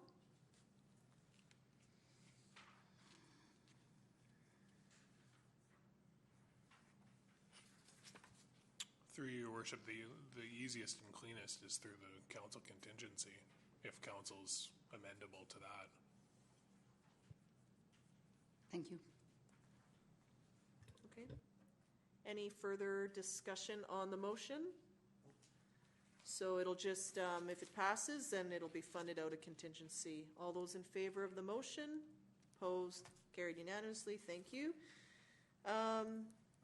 NB3, 6645 and 6647, Sooke Road Sanitary Sewer Connection. And there's page 11, and then also in package number 2, there's NB3 supplementary information as well. And staff report? Thank you, Worship. So this report is brought forward to council further to the motion that was at the last meeting and that was mentioned by Councillor Pearson earlier this evening. And this is just a report for information outlining that this property is and was and it still is connected to a sewer system, not through the stub that was on Sooke Road at 6645. To the best of our records and through the documentation that the property owner provided previously, that connection was never used and still is not used. What happened when the sewer system originally went through and was installed is every property received a service stub on that property. And through our records, as I say, and given to us by the property owner, that property it did not connect there. It connected through another form down lower and connected through to Horn Road. I just wanted to mention a couple of other things that have kind of been discussed and mentioned, and that is that development and subdivision are two different things. And I just wanted to clarify that. That's another reason why the bylaw is called the Development and Subdivision Bylaw, or Subdivision and Development Bylaw. Development means that any improvement to residential, commercial, industrial, or industrial lands, highways, and rights of way requiring the installation of works and services. And that's from bylaw number 65. At subdivision, according to the same bylaw, a property is required to have service level 2, and that requires that all lots being created by the subdivision shall be connected to a municipal sanitary sewer connection, treatment, and disposal system. And all of the lots, the 2 lots, were and still are connected to the sewer system. So nothing changed by the capping of that connection at 6645 Sooke Road, located at under the roundabout, because there was never a connection there. That property 6645 is connected in a different location. The other thing that I just wanted to mention as well is that in cases of redevelopment of land, it's the developer's responsibility for the design, construction, and costs associated with the installation of works and services required to service the project. And other property owners developing their land within the district of Sooke have had to pay for the design and construction of works and services required to make their developments work. And as an example, Sun River, Stone Ridge Estates, Churchill Meadows, and Woodland Creek Estates have all designed, constructed, and paid for works and services needed to service their development. So if there are any other questions from council, I'll do my best to answer them along with Ms. Nelson. Okay.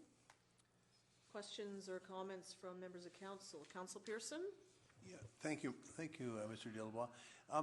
I don't think that was the question, like what we talked about last time, and I think that was all very clear that Mr. Zige came up and he described exactly what you just described. What I think what he was asking for and what we passed was the motion was simply to put that stub out beyond the pavement into the north portion of his property, so that if in the event he had to hook up, he could hook up to that. Because in fact, we've created a subdivision by intersecting that property with Goodmere Road going across. So I think that was what I understood it to be. So I think that's what we asked for, and prior to it getting paved over. That was the discussion, as I remember that, so that it wouldn't be extreme cost to not to him, but to a developer who say, okay, here's the potential. Let's just get it out there while we still have that opportunity. So I'm not sure what happened after that. Have we paved over it? I guess that's probably the next answer, isn't it? I think for me, and the way that I understand it and the way that I see it, is that property is currently serviced. Nothing changed as a result of that. We aren't able to, and my recommendation, and based on precedent and what we've done for other developers, we don't know what service that property may need, depending on what will eventually be developed on that property.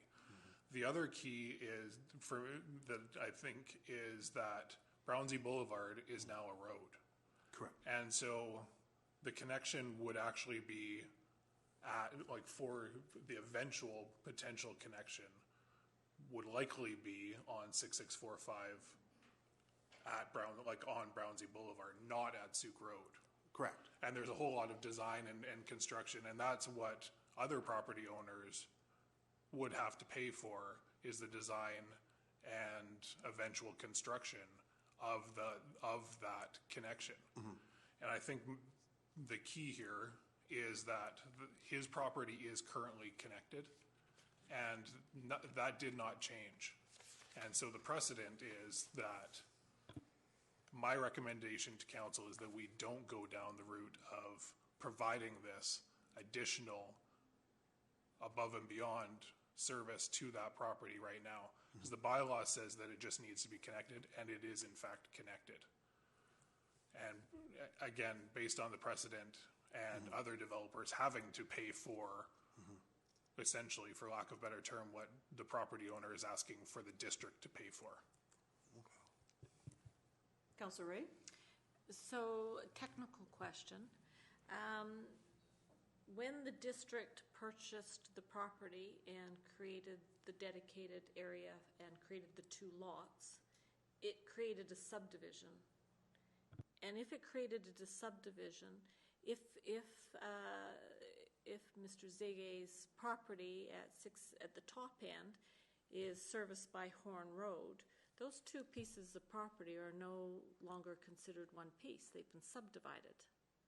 So technically, in fact, is that second piece of property, technically, with that subdivision, being serviced from Horn Road, when you have two separate pieces of property now that we subdivided.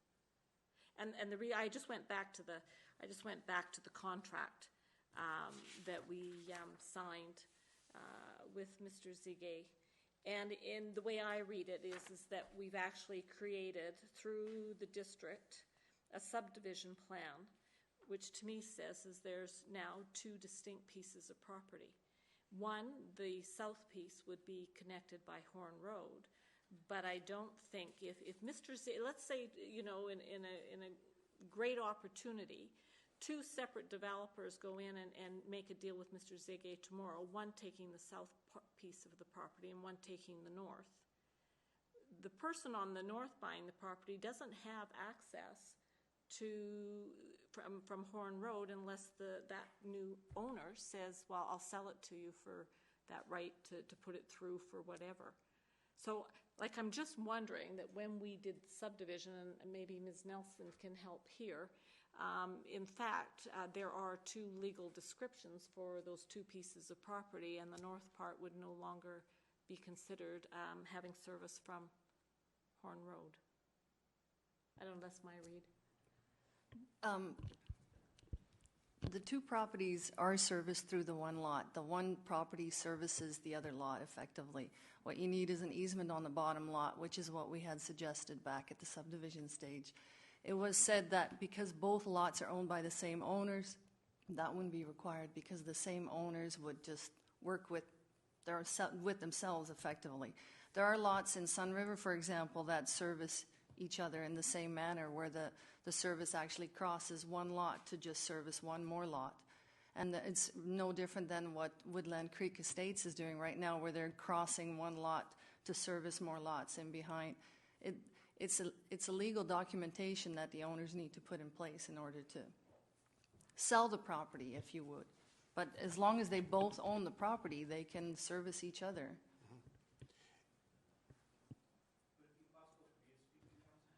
Councillor Pearson, and then I'll take questions from comments, and then council needs to provide the resolution. Yeah. Well, and thank you, Ms. Nelson. I hear that. I actually have some property on Maple Avenue where I own both pieces, and I gave myself an easement over the other piece of property, only to find out when I went to sell it that it actually decreased the value of my property. So I'm not sure that it was a great idea for me to give myself an easement or anybody else. I don't think that that's a solution. I think if we created a subdivision as the District of Souk, we should have given the service out to Souk Road as it was. I thought that's what we talked about. It sounded all logical last meeting, and then all of a sudden we're coming up with something different. I thought just sticking the stub out, if he wanted to build one house, would have been sufficient. Like, I mean, if it has to be upgraded because somebody's going to build a big fancy building there, I 100% agree the developer has to pay. But I think we have to, don't we have the obligation under our own bylaws to provide a connection to a property? Like, I don't think we can encroach even if the same person owns the property. I'm having trouble kind of following this, because I thought the idea was to try and save the district some money by getting a stub stuck out behind the pavement, so that, and I thought that's what Mr. Ziggy asked us for. I don't know, maybe I'm wrong with that. And that's why we kind of jumped to, okay, let's get a stub stuck out there so that he can hook it up to there. Now it's paved over, I understand. But I think that's part of what happened, is that we didn't have information and we made a motion very quickly on the spot without a lot of clarity. See, what I thought, and what is not the case, was that there was an active, I thought from the discussion, there was an active sewer line that ended up being pulled and shut down. And then it's like, no, all it was is that there were these inspection chambers, so that when the sewer went in, the stubs and the inspection lines went in throughout the entire community in the sewer specified area. And then the bylaw was put in place so that property owners then need to connect up to this. So this was there. And at that time, this is where the property entrance was. And so now when they looked at it, it's like, okay, this is not actively being used. It's basically a dead inspection line because the properties are now being serviced this way. So this isn't here, and now we have purchased that road. And so that's where things have changed. We've acquired that parcel of land, and there was an agreement in place that triggered these other pieces. And so now it's a case of, okay, well, to bring it back to what it was, well, now there's a road there that we own, so that doesn't make any sense. So I think that's where this is getting a bit confusing, and it's a part, I think something that council should take into consideration is to get the staff report before we make a motion, so we have all the information, because now it's just not as clear. It's something we're always working on and striving on. So it's just something to be very mindful of. But now it's the case of, okay, well, here, and we've received information that staff provided from consulting entities of the owners, and it's just, what is our way to move forward on this? So, back to Councillor Pearson. So, here's my question. So I just need Brenda to chair the meeting first. So if we hook up the property at the north end of the, if we say, okay, what we had already agreed to, if we put a stub in there, now do we have to dig up the pavement? So the time of, so the time was of the essence in the app, and we can get chastised for making a quick motion, but I think we all kind of understood at the table, or at least I did, was that let's get this thing in the ground. We'll argue about it afterwards, but let's get it out there so we don't have to dig up the pavement. Now, all of a sudden, now if we go do it now, we have to dig up the pavement? I mean, that sounds almost ridiculous to me. Like it sounded like we could have just hooked onto the end of a pipe. Councillor Ray? Thank you. Ms. Nelson, in terms of the cost, I'm just trying to understand, because that was clearly my recollection in terms of the motion. We were looking at trying to expedite it so that once the road went in, nobody would have to dig up a brand new road that was just in place. What kind of costs would have it involved putting it to the northern part of that property like the resolution had requested? The northern part of the property is no longer on the Souk Road. That's the one thing to be clear. So the actual connection would have to be made on the new property frontage at Brownsea Boulevard. The service that was stubbed at the highway is like a 1 or 2 inch service. It's for a house connection. The property was recently rezoned to CTC, I believe, which doesn't allow a single-family home to be built on the property. So a 2 inch home service in the middle of a road right-of-way isn't an appropriate place for this property to be connecting. Thank you. Councillor Parkinson? And I would just like to say, when we were having this discussion, I had passed, after we had voted, I had passed a note to the CAO, which I know is inappropriate, and I apologize for that. But I said, did we jump the gun? Because we did not have the information required to make the decision that we made, and we should be waiting to have staff reports before we go forward and make our decisions. So. What do you write on the note back? He didn't. He went like this. No, don't do like, that. Keep away Good. from me. Good. No, but I think that we understood that it was, because we're getting better at that, thanks to Councillor Ray. I think that it was about the pavement and not having to dig up the pavement was the essence of that, of hurrying up that motion. So if we stuck it out there for a single residential house, okay, well, we'd done something. I think we'd satisfy that.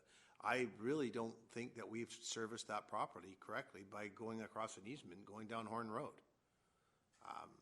And I read, myriads of things on this. No, I think it's fundamentally wrong to put it across somebody else's property. Just because somebody else owns the property doesn't mean we have that right. Just because the owner's the same people, you can't. I don't think we should do that. Anyway, that's. But it does happen in every other subdivision in Souk. But that's agreed on, right? As opposed to us forcing it. Sorry. But I'm just wondering, like, in terms of when we went ahead and acquired this land. We didn't need this. Well, we bought the land. What? I just lost my train of thought. If I may, things changed, right? So it's the case of these things existed at one point for a specific purpose. We've acquired this land. We've bought this land, bought and paid for it to do this, and now to make it into a road. So then there's a next piece. It changes things down the road. And I don't have the agreement to know, okay, well, this is the effect now of this. We've done something and it caused this to happen. So those pieces need to be dialed up. I don't recall us saying, okay, well, we're going to reestablish a connection at this point because it's gone. I think I heard Ms. Nelson say you can't have a sewer line in the middle of the road. It has to be. And now there's a new road going in, so instead of, it would be on Brownsea, as you said, as opposed to on Souk Road anyway, because that would be the nearest connection point. Councillor Ray. Thank you. And I'm just mindful that Mr. Zigay has asked to speak as well. I guess what this raises for me is while we were having this conversation and creating this resolution, it's unfortunate that we didn't have somebody let us know. Whether it was through Ms. Nelson or through Mr. Howie or somebody, to have said, hang on here, you're missing some information. So that's my recollection, but I would certainly be interested to hear what Mr. Zigay has to say. Okay, Ms. Nelson, and then I'll get a resolution from council. I just, through you, Madam Mayor, I just wanted to add that when the district initially started the process to purchase the property for the road rights of way only, there was never, the district never approached it with the idea of a subdivision. That was at the request of the owners of the properties. It was never a requirement to have that road dedication done. It was at the request of the applicants, and that's why it happened. And it was pushed forward quite fast, I have to say, as a staff member, and it all had to be done in a big rush. And so that's where we're at. And that's when the approving officer had said we need a service connection, and that's when the applicant came forward in August of 2013 and said, well, we have a service connection so we can proceed with the subdivision. That's what happened, and that's when it got signed. Okay. Yes, Councillor Parkinson? I would just like to say that when we sit at the table and when we're speaking, many times staff put up their hands to speak to us and they're not recognized. And then we jump to our votes. So it's not necessarily their fault for not coming forward with the information that we require. We should be asking them ourselves whether they have any input and not laying blame anywhere. I will take that into consideration. That's my role as chair. Thank you. Councillor Ray? Just to respond to Councillor Parkinson's comment, I do always watch staff this way, and I've often said to you that somebody's waiting to speak. Unfortunately, I don't always see behind me, but I just caution that there's any deliberate suggestion that we're not trying to be mindful. And I do thank Ms. Nelson for the recap of back in 2013. So I don't know what happened back then in terms of the negotiations. Okay, Councillor Pearson, and then I'll ask, I did want to hear from Mr. Zige, so if you could. Well, it's interesting because Councillor Casper, if we remember back to when we bought that property, he said we are in fact creating a subdivision by a road. And we have to be mindful of that in the agreement. And I think the agreement says it 3 times. It talks about subdivision in there. So it was the intent of us to understand that we were creating lots. I'm not sure that the approving officer, I'm not sure that we've even created it yet, reading that agreement. But I remember Councillor Casper harping about the fact we were creating a subdivision by the road and that there would be 2 separate, and he was quite adamant at that time talking in the public meeting about the creation of that subdivision with the purchase. So kind of struggling with this now. Oh well. Okay, I'll ask council for a resolution. If someone, for Mr. Zige to come forward and speak, please. All those in favor of that? Opposed? Carried unanimously. Mr. Zige? Thank you, Madam Mayor. I have a couple of points on that. Primarily, the subdivision was part of the negotiations with the city. We gave up 6 meters of waterfront right away down to the waterfront. The city gave us $247 a square meter for the land they wanted, and they would subdivide the property. They would subdivide the property, the District of Sooke. I know for a fact that when the District of Sooke pushed Anna Maria Road through, I believe that's the one that goes up past there, that there was a hammerhead at the end of it. They cut that road through and connected to the new Wadhams Way. They created 2 lots on either side. They serviced them. Down below, Ms. Nelson is incorrect in stating that, well, I'm sorry, she is correct in stating that I'm sure in other subdivisions there is services running across other lots, but not without legal representation, not without an easement or a right-of-way through that property, which these do not have.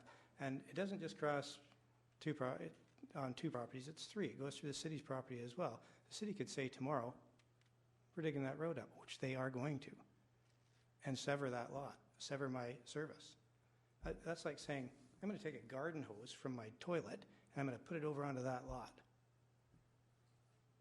Same thing, exactly the same thing, if I own both lots. So is that legal? I currently have a lot with 2 homes on it, 2 sewer services that tee into one and go into the public service right now. So actually we're considering subdividing that lot. So if that's the case, will you be asking me for a secondary service into there? Or will you say, oh, that's fine. You just keep running the 2 of them off the one, and we won't ask you for that. And we won't ask you to pay a sewer service charge for that. I'm going to say, not a chance. You're going to make me pay for both of them. You're going to make me put in 2 services. And that's exactly what should have happened there. Ms. Nelson recognized it at the time, tried to get a easement on the property. We had the same initial reaction as Kevin had in the forethought of having that was going to devalue the secondary lot by having a sewer service run down it, which would be unable to build upon. So we said no, knowing it was the District of Sauk's responsibility to service the lot that they had created. The question here, and you're saying it's only if it's on development. No, it's on subdivision. So if I, that lot that I have at 6419, if I cut that in half, I'm not developing it. I'm just subdividing it. You will make me put another service in there. Is that correct? Mr. Dillabo, I'm pretty sure that would be correct. And if I didn't even have two services going into one, if I just wanted to build another house on that lot, you would certainly want me to do it. Anyway, the point is that without an easement onto that property, it's totally illegal.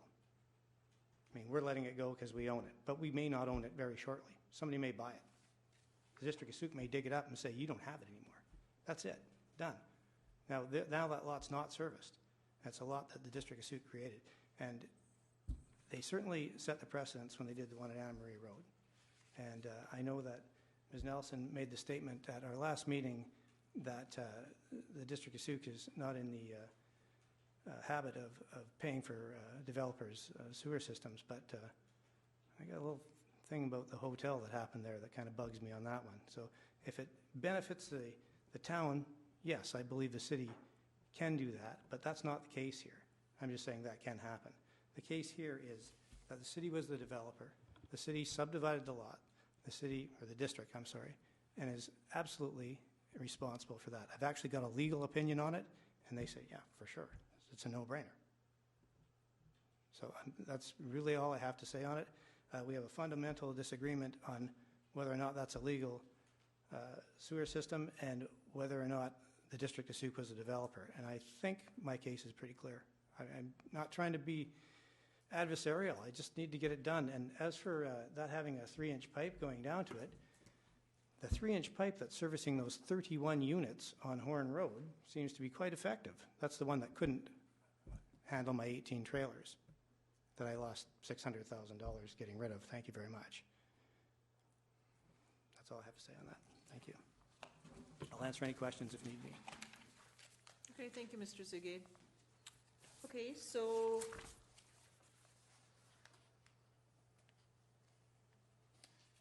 I have to say that none of this is clear to me whatsoever. I'm just as confused as I was after the last time. Sorry, Your Worship, is it paved over? The inspection stub, it's been pulled and I don't think it's there anymore from the paving that occurred. So it doesn't exist. Could I make a comment on that? I thought you were done speaking. Sorry, I spoke to the contractor. Come up to the microphone. I spoke to the contractor previous to our last meeting. He told me that he had stubbed it off and that he just kept it there. He had a GPS marking for the stub. It was not a big deal to dig it back up.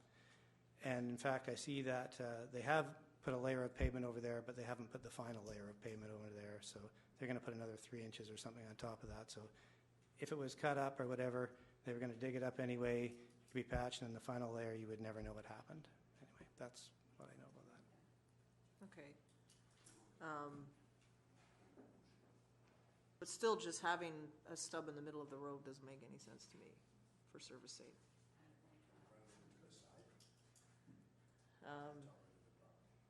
You're asking if you can move it to the side. Well, it's if I'm not mistaken, it's just kind of an empty line, though. So why, without knowing what What is it hooked to on the other end? does it hook to anything at the other end, Ms. Nelson? I don't think so, because if you put it in, if someone was to connect, then they would come this way, and then that would be what's on the other end. But this just goes this way, and it ends. Does it not go to a sewer main on Sauk Road? Yes. It does on Sauk, so it does connect to something, or it did. Okay.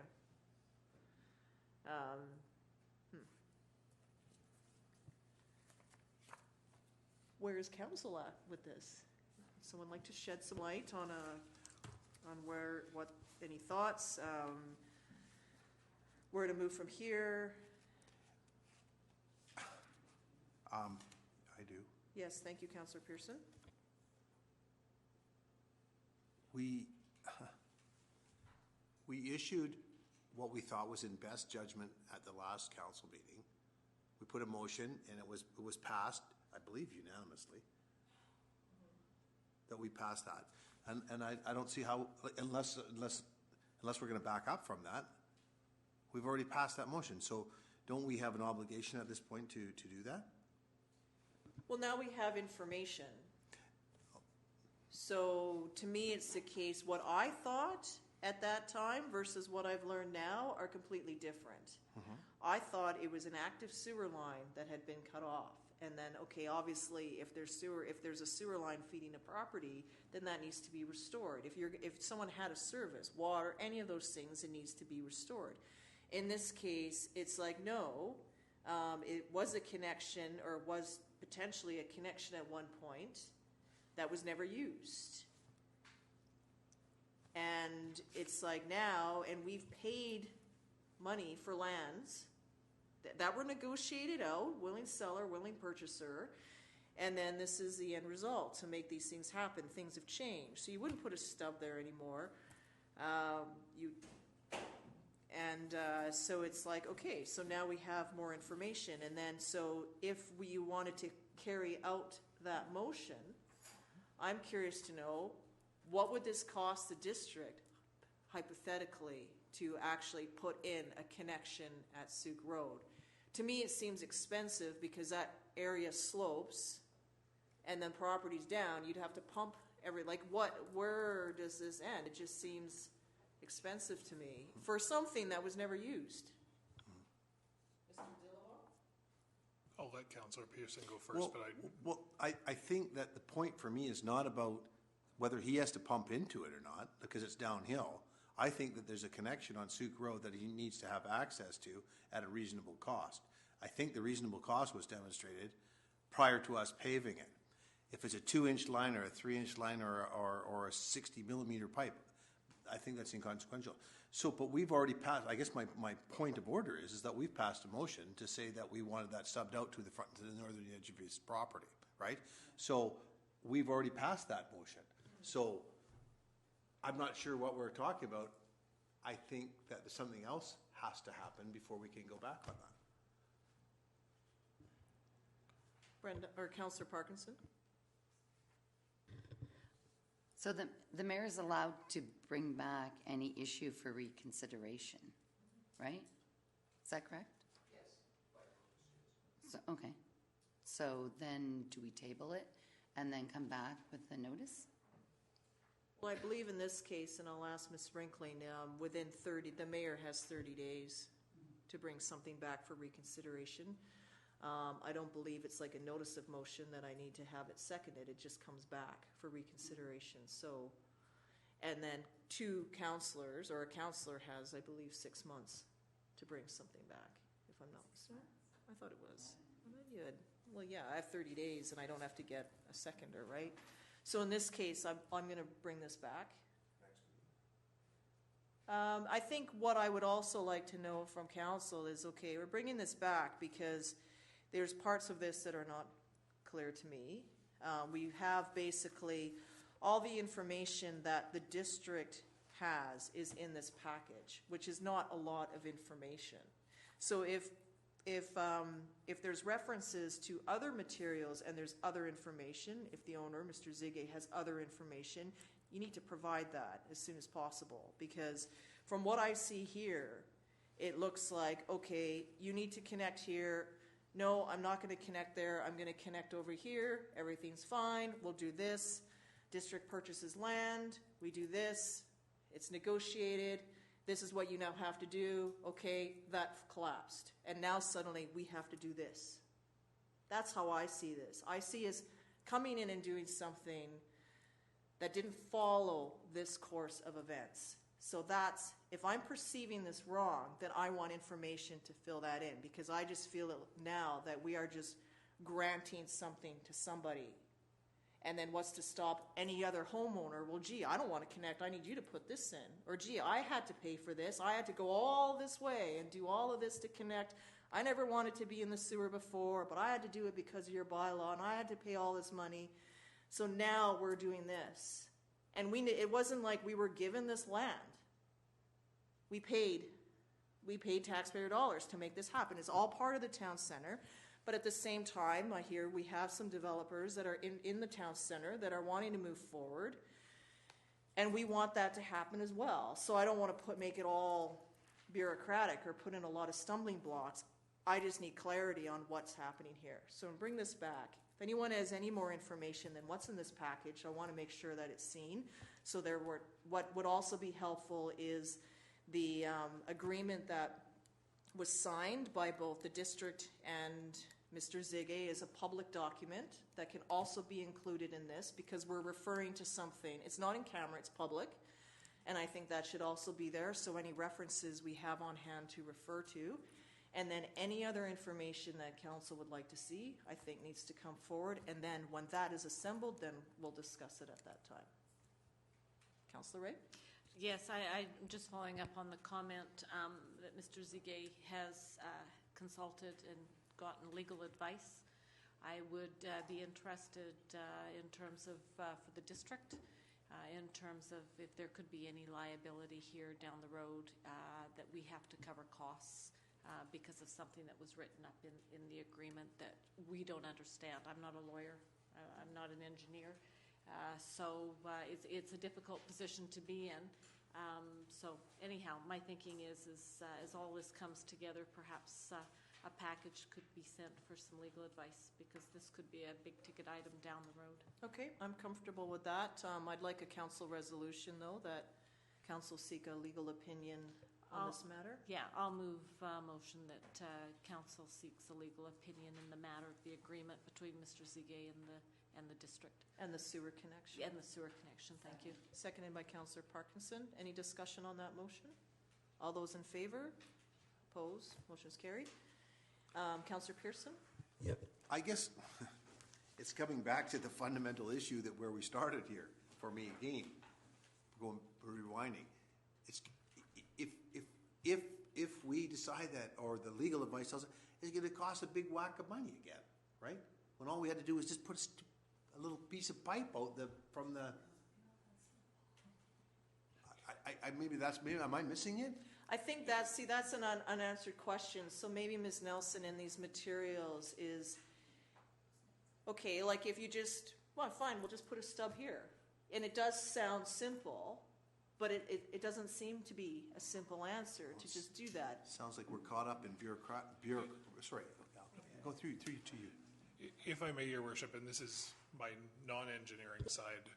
Well, I don't have an engineering side, so. But I think for me and my understanding based on the last meeting was also that it had sounded like and appeared as though that was the connection and that it had now been cut off. And that was my understanding from it as well. Removing that, though, and so that was one of the reasons why once we found out further information and going and looking at it and that property is actually connected, one of the reasons why we didn't do anything with that and brought this forward. Further to that is my other read from the last meeting was that the concern was that this was capped and is now going to be paved over, and we don't want to be in a situation where we're digging up the beautiful town center and the project that we are going to be completing. We don't know, even if that was the ideal spot, and this is, I can't speak to whether that is the ideal spot for that property to eventually connect to the sewer system. It may be, it might not be. But even if it is, we don't know what size pipe needs to be put in there to run out to where there's no pavement. So as a result of that, we would have to dig up, we don't know what size pipe that needs to be eventually. So we're setting ourselves up to have to dig up that same pavement anyways. And so I think that's the other side of it for me is, yeah, we could run a pipe, whatever it is, 10 feet, 15 feet, but we don't know what size pipe that will eventually be. So we're really just setting ourselves up into the same situation.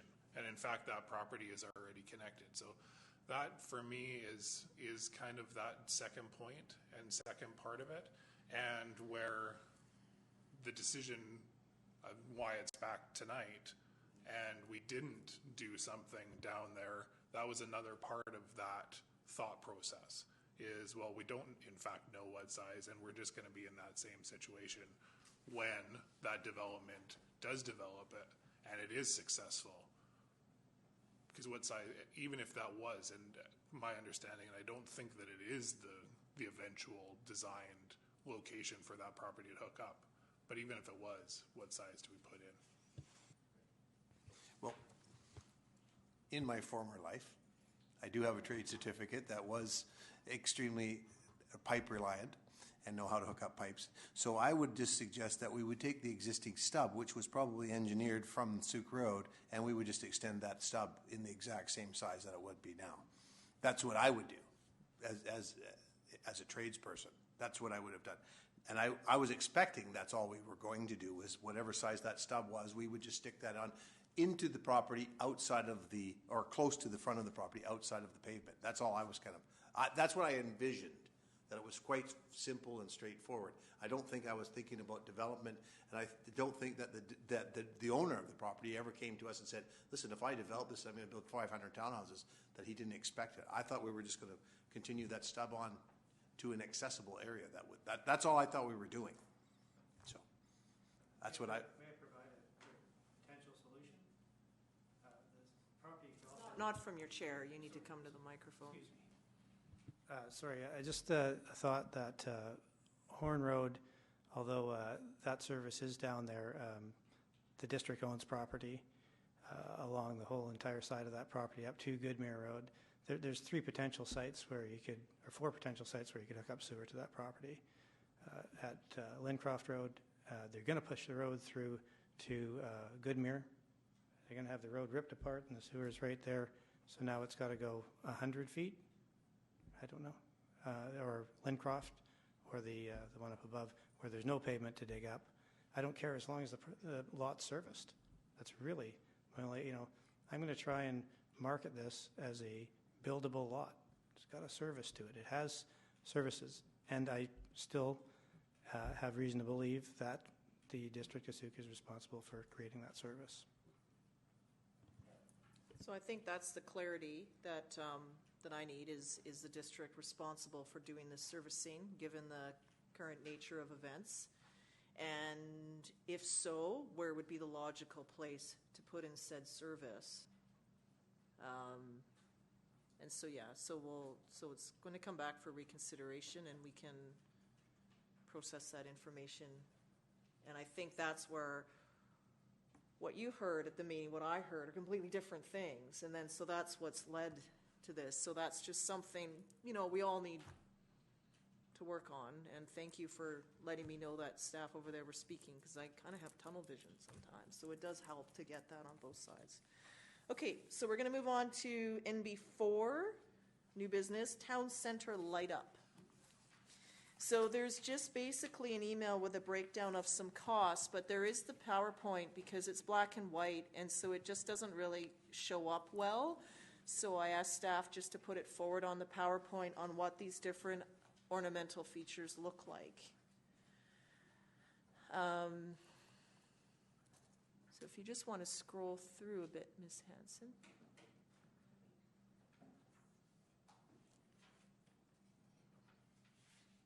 Yeah? Yeah, we need to move along. Yeah, if you could go to the one, these ones. This is the Petite Pierre de Lune. What's it called? Petite Pierre de Lune.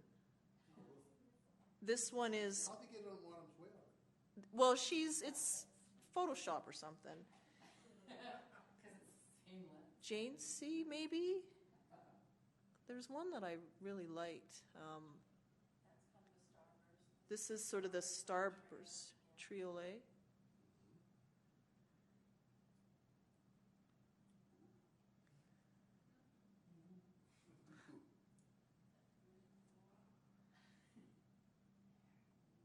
I think that's the Flocon d'Or or something.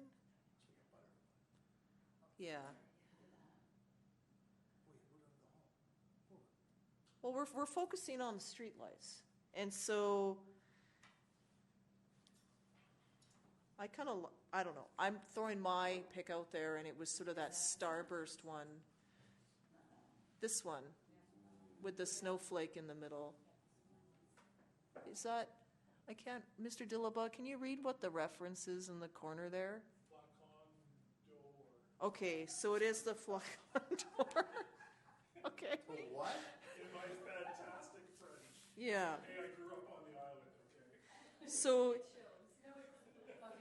when you look at the prices, they're all listed sort of 1 to 5, and then they have different prices, probably just based on whatever. Number 4, sorry. And you know, there's a few pieces with this. One of them is the purchasing policy, and you would have seen the report that staff prepared. And I just sort of asked that we kind of get on with this just given the time. Usually the purchasing policy requires 3 telephone orders, but given that both Councillor Parkinson and Casper have spent considerable time on this, looking at different options, this is sort of what we've come up with, and in the essence of time and ordering is to get on. So it's a matter of, I believe, is it 11 or 12 lamp standards in the town center, Ms. Nelson, that we're going to end up with? 10 to 12 on the location. Okay. So a thought would be we could order 12. If we end up with 10, 2 could go somewhere else, or they could be in storage for wear and tear or whatever. They are warranted though, or we just do the 10 and then we have 2 empty ones. I'm wondering, in terms of our existing Christmas stock with all of the trees, we added the Legion last year. Is all of that in good condition, or does anything need to be replaced or upgraded? Nothing needs to be replaced. We have the bulbs for the 3 trees. We have the lights for them all. Okay. When we look at these, do we look for lights on both Wadhams Way and Suk Road? It's a matter of what our budget allows, because 10 would be, I mean, there's shipping fees and taxes, so I don't know what that would be, but 10 would be just about like 6,500. Maybe they'll give us a deal. Yeah, like we'd be looking at about It's $7,000. Sorry, they are coming from Edmonton. Okay, but you still gotta. And then we would need We'll to. go pick them up. We would have to pay somebody to install them as well. Like there would be that add-on piece. So with the extra, like, do you consider doing like a Christmas themed banner on the other posts, and to use any sort of balance funds? So we have our light standards, we have our existing stock, and then whatever's left over, we do the banners throughout. And then I really think we should put a Christmas tree in the middle of the roundabout with solar lights, because there's no electricity. So Brenda, then Carrie? So when we were at UBCM, I spoke with the flag person there, and they do the banners, and they have the office in Victoria. So I have samples of what the banners are made of, and the costing for them too. And they do have 3 different styles for Christmas or something. Yeah, and there's also Artopia Designs, which is a local company that they have a whole catalog as well, so it would be good to compare that. Councillor Ray?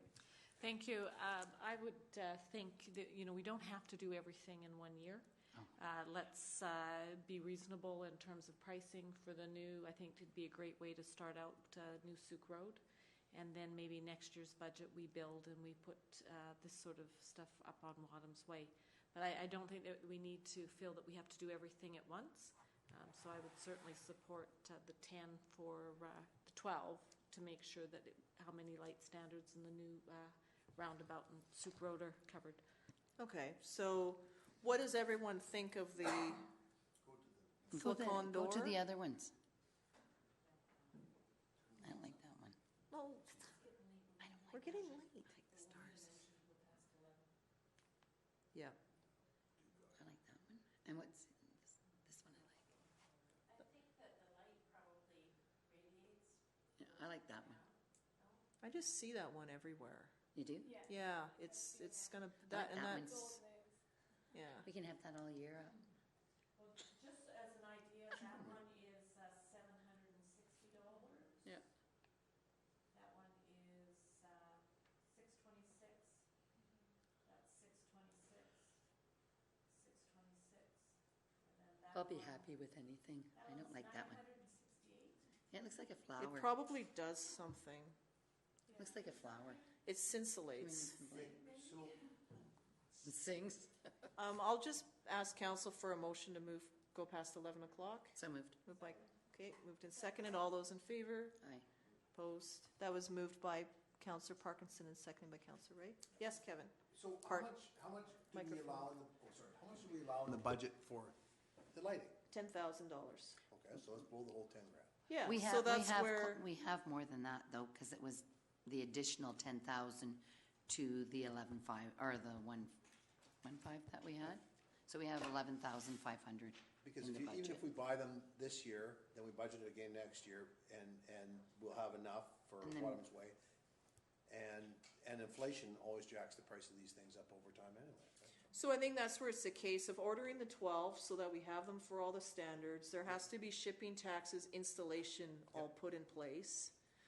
And then once we get that, I do think that we need to stick a Christmas tree in the middle of the roundabout. Do whatever you want. We'll wait and with see how it Whistles. looks, yeah. And then probably get a solar light feature for it. And then there's all the other pieces. Councillor Ray? 12 lights, if we went with one of the ones that were 626 plus 14% in taxes, is $8,500. And that's without any shipping or installation. Yeah. I'll just add one tiny bit, it doesn't really matter, but from an expense perspective, we actually only pay 7% because we get the entire GST portion back. So, I mean, And it as I comes say, from a- at this point, it doesn't really matter. And if it comes from it. What if you did 14? But I think if we order these, we'll know what the total is gonna be because the company is gonna issue out, here's your invoice. Then we can determine what's left over and look at banners with the residual. So how's that? Okay, does council, so I'd like a motion that council approve the ordering of 12 Flocon doors. Moved by Councillor Ray, seconded by, I don't like that Say that one. again. no, I'm not. Yeah, seconded by Councillor Logans. Your worship, we did have a recommended motion, but Oh. so we should just change it to identify the item. Yeah, get rid of the decorations. You thought you might want to use the leftover for banners. Okay, so I'll move the recommended action. Yeah, approve the purchase of the lighting and decorations. And then you have the particular one. Yeah, and then once we get that confirmed, then we'll know about the banners. And then I'll forward you some contact for a local contact for banners for comparison. And Okay. I'd just like to say that Councillor Casper did ask for a second quote from another company when he was at FCM, so they did not get back to us at all. And if I can, sorry. Yep. I think the other difficulty at this point, when a company has already given us prices, I don't think it's really appropriate then. It's public that we go out again anyhow. So I think there's a number of reasons why to proceed. Yep, no, that's great. And then if you could please also look at a Christmas tree in the roundabout. And your council is able to direct award under the purchasing policy as well. Okay, perfect. All right. All those in favor of the motion? Opposed? Carried. Thank you very much. Tina, could you please show the other pictures? Then we just need to go back into our regular agenda to item C1. It's correspondence received September 15th from the Community Living British Columbia South Island Community Council, and it was a request to proclaim October as the Community Living Month in the District of Sault. So staff have drafted a proclamation, just given the timing that if council's ahead, we can roll ahead with that. So moved by Councillor Parkinson, seconded by Councillor Ray. Any discussion? All those in favor? Opposed? Carried unanimously. And I'll look for, before I conclude, there will be no committee of the wholes in October. We had 2 scheduled, one was canceled, and the second one falls on general election date, so we have canceled that so we can sort of focus on the federal election. And our next regular council meeting will be on October the 13th, a Tuesday, with Thanksgiving on the Monday. Okay? So on that, motion to adjourn. Moved by Councillor Parkinson, seconded by Councillor Pearson. All those in favor? Opposed? Motion's adjourned. Thank you.